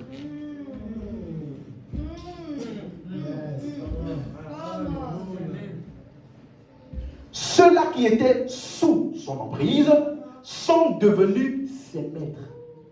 Ceux-là qui lui obéissaient, maintenant, il leur obéit. Parce qu'ils ont changé de royaume. Donc, qui est-ce que ou quoi est-ce que Jésus a livré en spectacle? Les personnes délivrées. C'est ça la preuve de sa victoire.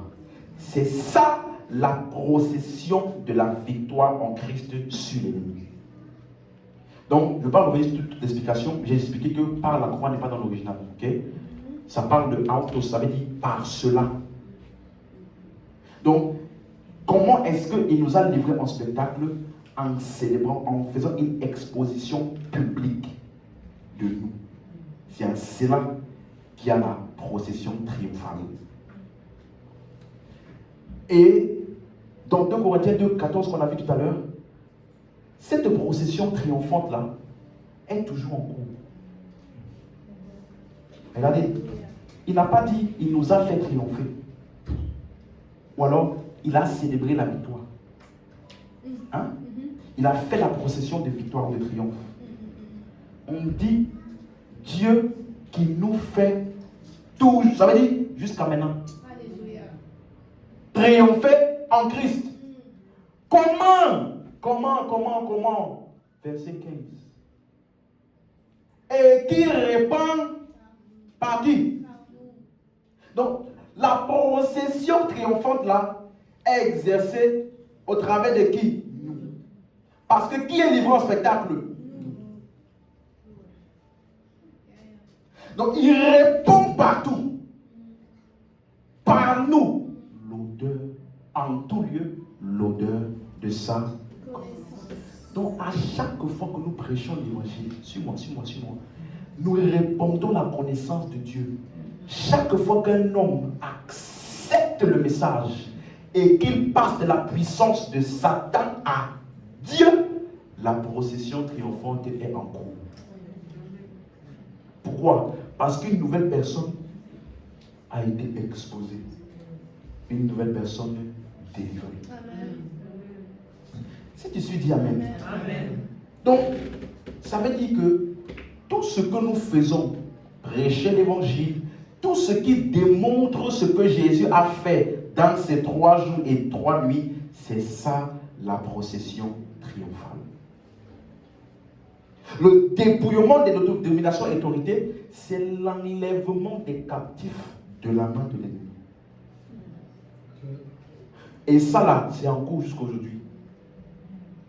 Quelqu'un comprend? Amen. Dis à ton voisin, je suis l'affichage public, solennel de la victoire de Christ. Regarde notre voisin, dis-lui, est-ce que tu savais que je suis la preuve de la résurrection de Jésus?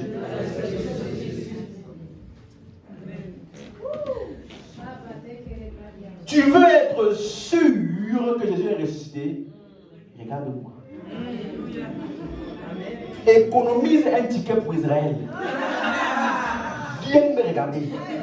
Parce qu'il y a des signes qui m'accompagnent.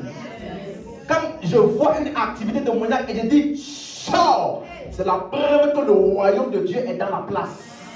Quand je parle sotoko rakataba lagadagagagaga, voici les signes qui accompagneront, ils parleront de nouvelles. Ça là, c'est une preuve plus palpable que d'aller visiter le tombeau de Jésus. Parce que les signes ou la preuve de sa résurrection, c'est nous. Le trophée de sa victoire qui est exposé au monde, c'est nous. Et laisse-moi te donner une petite parenthèse. Si tu as la capacité spirituelle de comprendre, tant mieux pour toi. Lorsque le Seigneur paraîtra, c'est encore nous. Quand tu penses que Jésus va quitter quelque part pour venir descendre sur la nuit comme ça, tu n'as pas compris. Le Jésus que tu attends là est en toi. Donc, l'enlèvement, en fait, c'est notre véritable nature qui va être pleinement exposée. Tu vois, son œuvre de début à la fin, c'est pourquoi? C'est pour qui? Et ce jour-là, nous dirons, mort, où est ta victoire? Donc la preuve de la victoire de Christ sur la mort se passera lorsque nous, notre corps mortel sera changé en corps immortel. Voilà encore une preuve de plus que c'est nous qui sommes exposés. La preuve de la résurrection de Jésus, ce sont les hommes qui ont été délivrés. Tu vois, c'est pour ça que Jésus, quand il a été ressuscité, il n'a pas apparu à tous les hommes. Il a apparu à quelques-uns. On dit 500. Il n'a pas apparu à tous. Il aurait bien pu apparaître à Pilate pour lui montrer que je t'avais dit que je suis le roi des Juifs. Tu as tué. Tu pensais que tu as trop fait. Me voici. Il aurait pu faire ça. Tu vois? Mais pourquoi là tu fais? Il n'a apparu qu'à quelques-uns. Pourquoi? Parce que l'essence même de la résurrection de Jésus-Christ n'est pas pour établir les gouvernements humains ou montrer son autorité et sa notoriété au gouvernement humain. Mais plutôt son essence est d'établir le gouvernement de Dieu dans le cœur des hommes. Voilà pourquoi il a apparu à ces hommes-là qui ont testifié de sa résurrection et qui sont devenus les témoins de la résurrection à toutes les nations. Afin que quiconque entende ce message ouvre les yeux et passe des ténèbres. Et la procession triomphante est toujours en cours. Dis avec moi, je suis la preuve de la résurrection de Christ. Est-ce que tu comprends? Si son but était d'établir le royaume de Dieu dans le cœur des hommes par son œuvre, la preuve de cette victoire-là doit être vue où? Dans les hommes.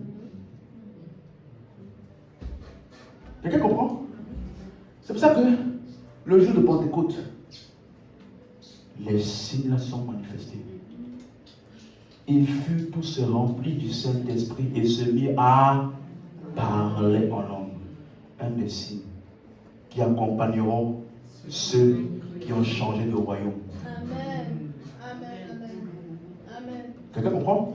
C'est pour ça que tu vas voir que Paul dit que ça là, 1 Corinthiens 14, 22, il dit que cette capacité, habilité à parler en nouvelle langue là, il dit par conséquent, les langues sont un, non pas pour les croyants, hein. Pour qui? Tu comprends? Parce que ça montre aux incroyants qu'il y a un autre royaume existant dont nous en faisons partie. C'est un message ouvert à eux. Nous appartenons à un autre royaume qui est supérieur au vôtre.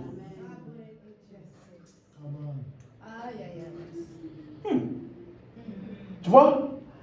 Tu peux maintenant comprendre mieux pourquoi Jésus chassait les démons. Hein? Tu peux maintenant comprendre pourquoi nous, on chasse les démons. On n'appelle pas ça délivrance. Rappelez-vous, Jésus a chassé les démons pendant les 4 évangiles, mais personne n'a été délivré. Pourquoi chassait-il alors les démons? C'était un signe que le changement de royaume est à votre portée. Regardez Matthieu 12, 28. Verset tout à l'heure. Matthieu 12, 28. Si c'est par l'Esprit de Dieu que je chasse le royaume de Dieu. Il parle à qui? À des gens qui étaient sous le royaume des ténèbres. Donc en chassant les démons, je suis en train de vous annoncer l'avènement d'un nouveau royaume. On appelle ça le royaume de Dieu. Remarquez, il n'a pas dit si je chasse les démons, le royaume de Dieu est venu en vous. Ça veut dire que ça se présente à vous. Donc, ce n'est pas en vous. Donc, le fait que j'ai chassé les démons, vous n'êtes pas délivré. Mais, ça vous annonce que la délivrance est à votre porte. Quelqu'un suit? C'est pour ça que chasser les démons là, c'est un double signe. C'est un signe pour celui qui a cru. Voici les signes qui accompagneront ceux qui auront. Est-ce que je peux dire ceux qui auront changé de royaume? Ceux qui appartiennent au royaume de Dieu? Ok, qu'est-ce qu'ils vont faire? Ils vont. Donc, chasser les démons est un signe que moi, pour moi qui chasse les démons là, c'est un signe que moi, j'ai changé de. Et c'est aussi un signe pour la personne de qui j'ai chassé le démon, qui lui annonce que la même délivrance que j'ai eue, toi aussi tu peux l'avoir. Le royaume de Dieu est venu vers vous. Ça veut dire, il s'est présenté à vous. Regarde que ce qui t'oppresse, moi là, je leur donne ça et ça obéit. Donc, il y a un autre royaume qui est possible et qui est apporté. Voilà pourquoi au verset 29 maintenant, Jésus explique donc la délivrance. Comment quelqu'un peut-il entrer dans la maison d'un homme fort et piller ses biens? Quel bien? Vous là, vers qui le royaume de Dieu s'est approché de vous. Il faut que moi, Jésus, après avoir lié l'homme fort, je vais piller ses biens, c'est-à-dire vous. Amen. Donc, qu'est-ce que ça faisait? Ça leur annonçait que le royaume de Dieu, qui est Jésus-Christ, s'est approché d'eux. Et s'ils croient en ce qu'il va faire, ils vont expérimenter la vraie délivrance. Tu vois? C'est un signe qu'un nouveau royaume est dans la place. Même, c'est la même chose. Guérir les malades. Vous voyez? Ils imposeront les mains aux malades et les malades seront. Quoi? Nouveau royaume. Le royaume de Dieu. Et c'est pour cela que, après la Pentecôte, quand ils ont parlé en langue, le chapitre d'après, acte 3, sur la porte, sur le chemin de la porte d'Abel, du temple, il y avait un homme qui était boiteux de naissance. Qu'est-ce que les apôtres ont fait? Je n'aime ni or, ni argent, mais ce que j'ai, le royaume. Hein? Je te donne un aperçu de là où nous on vit. Là où nous on vit là, nous ne sommes pas soumis à la maladie. La maladie est soumise sous nous. Au nom de Jésus, lève-toi et marche. Et la maladie est obligée d'obéir. C'est un signe qui annonce quoi? Le royaume. Si tu suis toujours, donne-moi l'amen. Donc, voilà pourquoi c'est après ces événements-là que je viens de vous citer. Pentecôte, parler en langue, miracle de guérison, qui n'était pas fait par Jésus physiquement, qui était fait par des hommes qui avant étaient sous l'autorité des ténèbres. Ils ont commencé à manifester les réalités d'un nouveau royaume. C'est à partir de là que Satan s'est rendu compte de ce qui s'est passé. Parce que les signes ont parlé. Est-ce que quelqu'un comprend? Tu vois? C'est ça. Et laisse-moi te dire que quand tout ça s'est passé, c'était un signe que Jésus est revenu sur la terre avec une parade publique, une procession triomphante au travers des hommes. Tous les hommes qui sont délivrés manifestent le royaume. Les malades sont guéris. Les démons sont chassés. À mesure que nous prêchons l'évangile, c'est ça notre commission. Ouvrir les yeux des hommes pour qu'ils passent de la puissance des ténèbres à Dieu. Comment? Par la prédication de l'évangile. Et nous le démontrons par les différents signes qui accompagnent.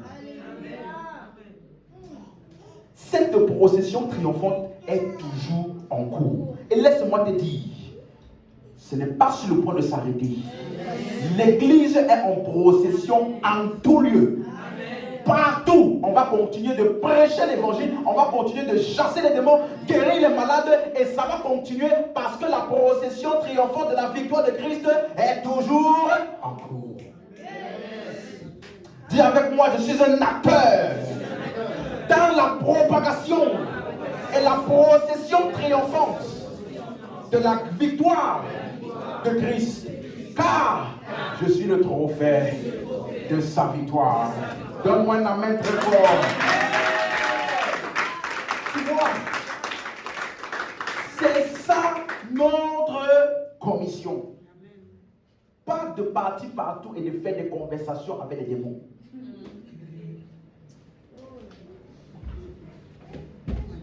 Tu vois, parce que c'est ça qui s'est passé quand Jésus est mort.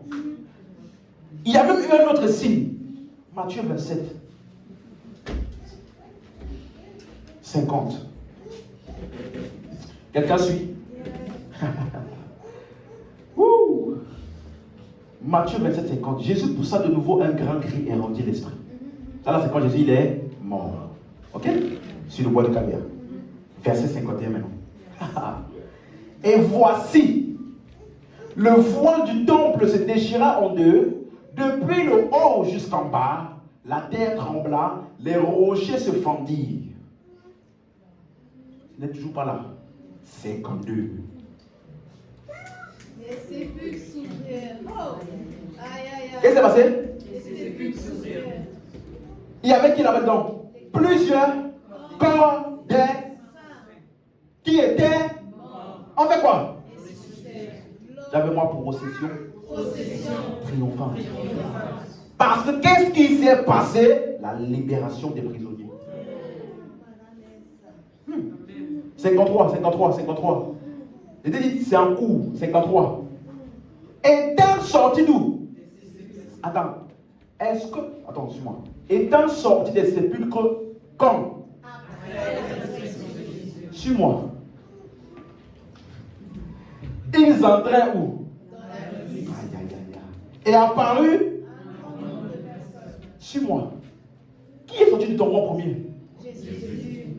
Donc, normalement, qui devait apparaître partout pour montrer qu'il est vraiment ressuscité. C'est qui?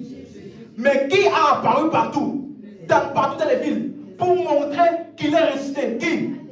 Les libérés là. Les hommes, les corps des saints de l'Ancien Testament qui étaient morts depuis, pour montrer que leur foi n'était pas en vain. Ils sont venus parader pour montrer que ce en quoi on avait cru là a trouvé être saint maintenant. Ce sont les hommes libérés qui sont l'exposition de la victoire de Christ. Donc pendant que tu es assis ici et que tu es en train de jouir et bénéficier des réalités de la victoire de Christ, sache que tu es la preuve de sa résurrection. Tu vois, normalement sa résurrection, qui devait apparaître partout? Lui, pour montrer que lui est. Mais il a dit, ce n'est pas moi qui étais enchaîné. Je me suis fait enchaîner pour les libérer. Et une fois qu'ils sont libérés, allez vous montrer. Vous êtes la preuve à tous que la victoire et la délivrance a eu lieu. Tu comprends maintenant? Jésus lui-même, il a parlé à qui? À ceux qui étaient déjà sauvés. À ceux qui avaient cru en lui. Ou alors à ceux à qui devaient entendre le message pour être les témoins de sa résurrection. Eux là, ils ont parlé à qui? Aux non-croyants. À tous ceux qui les connaissaient. À tous ceux qui peut-être disaient, ils ont tous cru. On n'a jamais vu la réalité de ce qu'ils avaient cru là. Ils sont partis pour se montrer. La foi aux choses qu'on espère. Nous là, on a eu la foi. On a espéré. La démonstration des choses qu'on ne voit pas. Mais maintenant là, c'est visible. Regardez-moi. À l'époque, c'était une espérance. À l'époque d'Abraham, on ne voyait pas la réalité de ces choses-là. Donc il croyait aux choses qu'il ne voyait pas. Mais quand Jésus est ressuscité, même dans le tombeau, ce en quoi ils ont cru là, les a ressuscités et ils ont maintenant paradé pour montrer que ce en quoi nous avons cru, voici la preuve que le Christ auquel on a cru a vraiment été ressuscité. Tu me suis? Et lorsque le Seigneur a été enlevé dans les cieux, on a dit qu'il a été enlevé avec une nuée. La nuée là, ce n'est pas des nuages. C'est ce qu'on appelle la nuée des témoins. Donc eux tous là, ils ont vécu le premier enlèvement. Hein? Pour te donner la preuve que la seule condition pour l'enlèvement, c'est uniquement d'avoir cru et d'avoir été délivré. Amen, amen, amen, amen. Allez, tu suis. Donc, suis-moi. Donc, il y a eu une libération. Tu es d'accord? Jésus a pris. Il a libéré les prisonniers. Et nous sommes maintenant dans ce royaume. Dis avec moi, je suis dans le royaume. Je suis la justice de Dieu. J'ai l'acceptation de Dieu. Jésus a été rejeté, abandonné, afin que je sois accepté, justifié. Aujourd'hui, j'ai le pardon des péchés. J'ai la délivrance. Alléluia. Tu vois, il ne faut donc plus t'imaginer un combat quelque part entre Jésus et Satan. Tu vois, Satan lui-même. Laisse-moi te bénir avec une dernière vérité. Suis-moi. De la même manière que toi et moi, on n'était pas là physiquement. Et on n'a pas participé à tout ce que l'œuvre de Christ a fait là. On a simplement constaté l'héritage qu'il a acquis pour nous. Satan aussi a simplement constaté ce qui lui avait été enlevé. Aïe, est-ce que tu as compris ça? Tu vois, nous, on est simplement les bénéficiaires de l'œuvre de Christ. Tu vois? Donc, il a accompli, nous, on a reçu et parce qu'on a vu ce qu'il a fait. Quelqu'un comprend? On n'a pas participé. Tu me suis? Satan lui-même, il n'a pas participé. il a constaté les dégâts de ce que Christ a fait. Et comme toi et moi aujourd'hui, on a un héritage. Héritage, c'est quoi? Ce que tu as reçu sans avoir rien travaillé. Hein? On a un héritage. Ça veut dire qu'on est les bénéficiaires de ce que Christ a fait. Dis Amen. On est les bénéficiaires. Ça veut dire que tu t'es levé, tu as cru et voici ce qu'il a apporté. Tu es béni, justifié, sanctifié, libéré. Tu es fils de Dieu. L'Esprit de Dieu habite en toi. Tu as la vie éternelle. Tu as l'acceptation. Tu es maintenant enfant de Dieu. Tu as l'esprit d'adoption. Tu n'appelles pas Père. Tu n'appelles pas Dieu éternel. Mon Dieu, mon Dieu. Non. Nous, on crie Abba, Père. Ça là, ce sont les bénéfices de ce qu'il a fait. Tu vois? Et tu constates ton identité en Christ. Laisse-moi te donner une vérité. Satan aussi a son identité en Christ. Oui, les choses qu'il a bénéficié de l'œuvre de Christ, c'est quoi? Il a des droits et des privilèges aussi en Christ. Quels sont ces droits? Vaincus. Hein? Quelle est son identité en Christ? Dépouillé. Quelle est son identité? Hein? Son héritage auquel il a acquis sans avoir rien participé. Dépouillé. Vaincu. Hein? Sous nos pieds. Hein? Assujetti à nous. Ça là. Donc, quand tu vois le diable venir te fatiguer avec des pensées, rappelle-lui son identité. Tu es sous mes pieds. Hein? Pendant que je déclare mon identité, je lui rappelle son identité. Frère, à l'époque, je dis esclave de toi. À l'époque, tu venais avec des pensées, tu dis une chose pour m'assujettir. Mais grâce soit rendue à Dieu. Il nous a donné d'avoir part à l'héritage des saints. Il nous a délivrés. Donc voilà, dégage. Je pensais que pas la vie. Pendant que tu dis Amen, quelles que soient les œuvres des ténèbres terminées,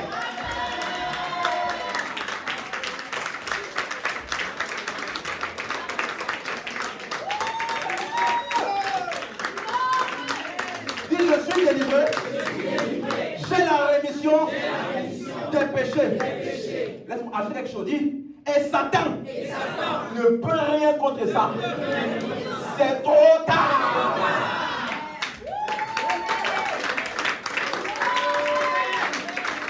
Amen, amen.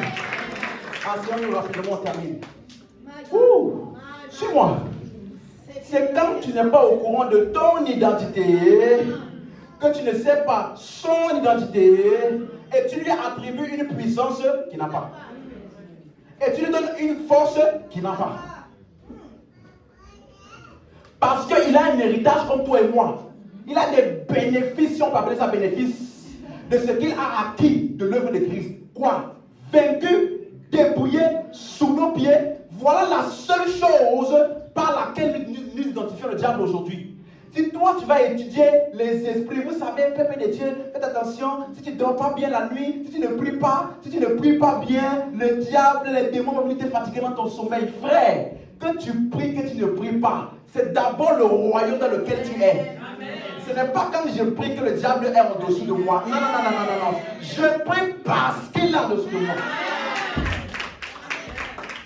T'as suivi?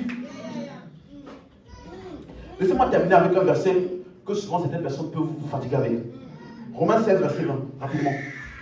Tu vois, je dis souvent que quand je te donne beaucoup de vérités, il peut souvent avoir des vérités contraires, n'est-ce pas? Et la manière dont j'enseigne, je te donne d'abord toutes les bonnes vérités. Et maintenant, on va traiter les versets ou les vérités qui peuvent sembler.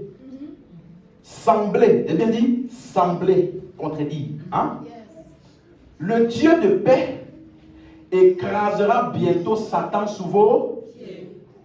Que la grâce du Seigneur Jésus soit avec vous. Quand tu lis ça, tu peux penser que il est en train de dire que Dieu va mettre Satan sous tes pieds. Déjà, ce n'est pas ce qui est écrit. On a dit écraser, pas mettre. Hein? On n'a pas dit mettre. On a dit quoi? Ok. Pourquoi? Parce que l'expression, je vais commencer aujourd'hui, on va terminer plus tard. L'expression sous vos pieds dans les Écritures est utilisée de deux manières. Comprenez? Rappelez-vous, pour le conseil, ne prends pas un verset, tu déduis tout. Il faut avoir la globalité de ce que ça dit partout. L'expression sous vos pieds est utilisée de deux manières dans les Écritures. Suis-moi. La première manière, c'est de manière positionnelle, c'est-à-dire là où nous avons été positionnés en Christ. Vous suivez? Éphésiens 1, verset 20, par exemple, il dit, non, positionnellement, il l'a déployé en Christ en le ressuscitant des morts, en le faisant asseoir à sa droite dans les lieux célestes, verset 21. Au-dessus de toute domination, toute autorité, toute puissance, toute dignité, tout nom qui peut se nommer, non seulement dans le siècle présent, mais dans le siècle à venir. Verset 22, attention attentif, regardez ce qu'il dit. Il a tout mis sous ses, il a donné pour chef suprême à l'église, verset 23, qui est son corps. Verset 23, qui est son corps. Donc, Christ est la tête, alors il est le chef de l'église qui est son corps. Et on dit qu'il a tout mis sous ses pieds. Donc ça veut dire qu'il est sous les pieds de qui en réalité? Nous l'église. Vous voyez? Donc sous ses pieds ici, c'est clair, il a mis. Ce n'est pas quelque chose que Dieu va faire. Quelqu'un comprend? Dans cette là, c'est de manière positionnelle. Éphésiens 2, verset 6 dit, il nous a fait asseoir ensemble, il nous a ressuscité ensemble, et il nous a fait asseoir ensemble dans les lieux célestes en Christ. Donc de la même manière que tout sur les pieds de Christ, nous on est assis avec lui, tout est sous nos pieds. On a la même autorité. Amen. Donc le croyant, de manière positionnelle, suis bien ce que je t'explique. Nous avons le diable sous nos pieds. Amen. Maintenant, Hébreux 10, verset 12. Voici un texte avec cette expression dont je vous ai parlé, la deuxième manière dont c'est utilisé. Lui, après avoir offert un seul sacrifice pour les péchés, il s'est assis pour toujours à la droite de Dieu. On parle de Jésus, n'est-ce pas? Donc c'est la même chose qu'on a lu. Il s'est assis à la droite de Dieu. La même chose, n'est-ce pas? Maintenant, regardez ce qu'on dit, verset 13. Attendant désormais que ses ennemis soient devenus son... Ah, tu vois, l'expression attendant là, ce n'est pas une attente passive. C'est comme une expectative. En d'autres termes, c'est comme si on t'a donné une cible, un objectif. Donc, on t'a positionné pour que tu puisses faire cet objectif-là. Donc, voilà pourquoi il dit devenu son marchepied. Là, il ne dit pas sous nos pieds.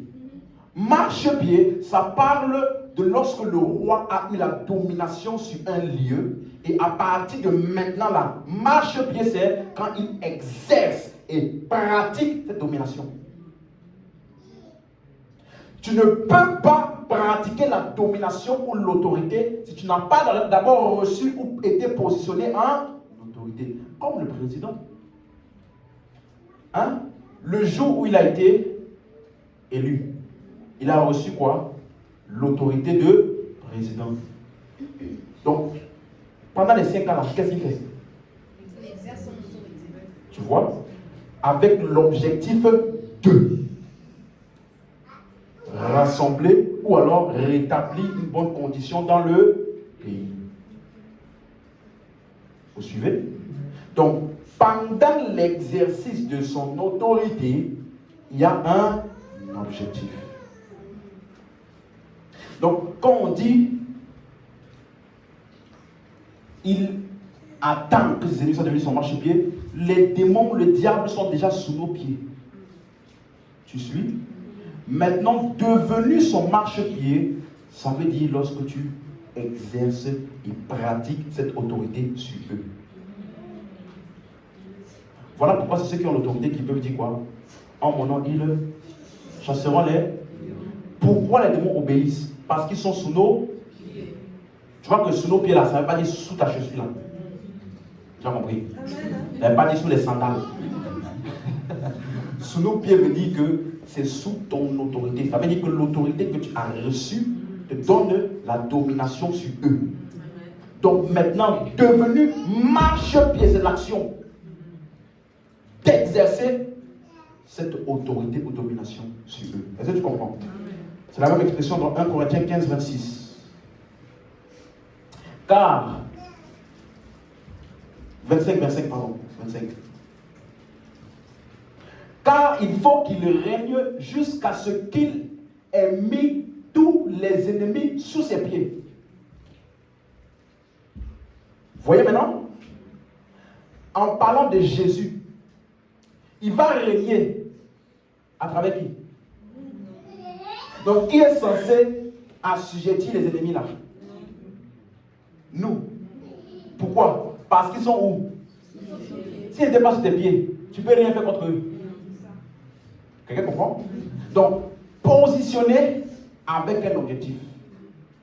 Assujettir ces entités. Est-ce que quelqu'un suit?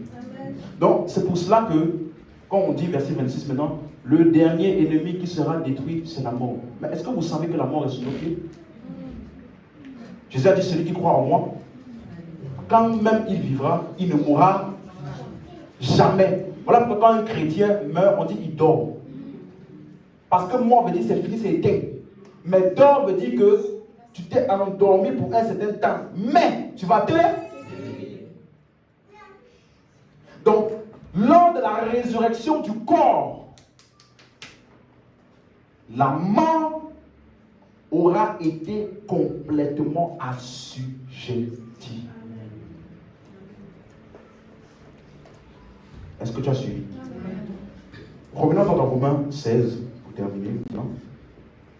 Donc, est-ce que tu es d'accord que écraser bientôt sous vos pieds fait référence au règne de Christ par l'Église? Ok? Et quand il dit donc bientôt, c'est le mot grec tachos, ça veut dire immédiatement, sans espace de temps. C'est-à-dire à l'espace d'une seconde, à la vitesse de la lumière. C'est ça que ça veut dire en fait, immédiatement. Donc pourquoi il parle de écraser? Écraser, ça veut dire briser. Ça peut s'utiliser pour les objets. Quand on dit un homme, il a des démons de Gadara, le démoniaque de Gadara, il avait des chaînes qu'il avait brisées. Ça veut dire, pour un objet, ça a été brisé, son emprise. Tu vois, vous comprenez? Donc en fait, qu'est-ce que ce passage dit? Ça veut simplement dire ceci. Ça fait référence à lorsque l'Église brise l'emprise du diable sur les personnes. Donc pendant que nous sortons et nous prêchons l'Évangile, et que les hommes, de plus en plus, reçoivent l'Évangile, qu'est-ce qu'on est en train de faire? Écraser ou briser l'emprise de Satan sous les hommes. Pourquoi? Parce que pour nous, il est sous nos pieds. Plus on prêche l'Évangile, plus il est écrasé. Pourquoi? Parce que les hommes sont sortis de son emprise. Voilà pourquoi il dit bientôt, ta chose, immédiatement. Donc dès que l'on entend l'évangile et qu'il croit, c'est fini. Même pas une seconde. Alléluia. Amen. On peut se lever, dire avec moi, je suis commissionné par Dieu pour écraser Satan. Partout où je passe. Je suis un ministre de l'œuvre achevée de Christ, de la parole de vie, du sacrifice parfait et de la victoire de Christ.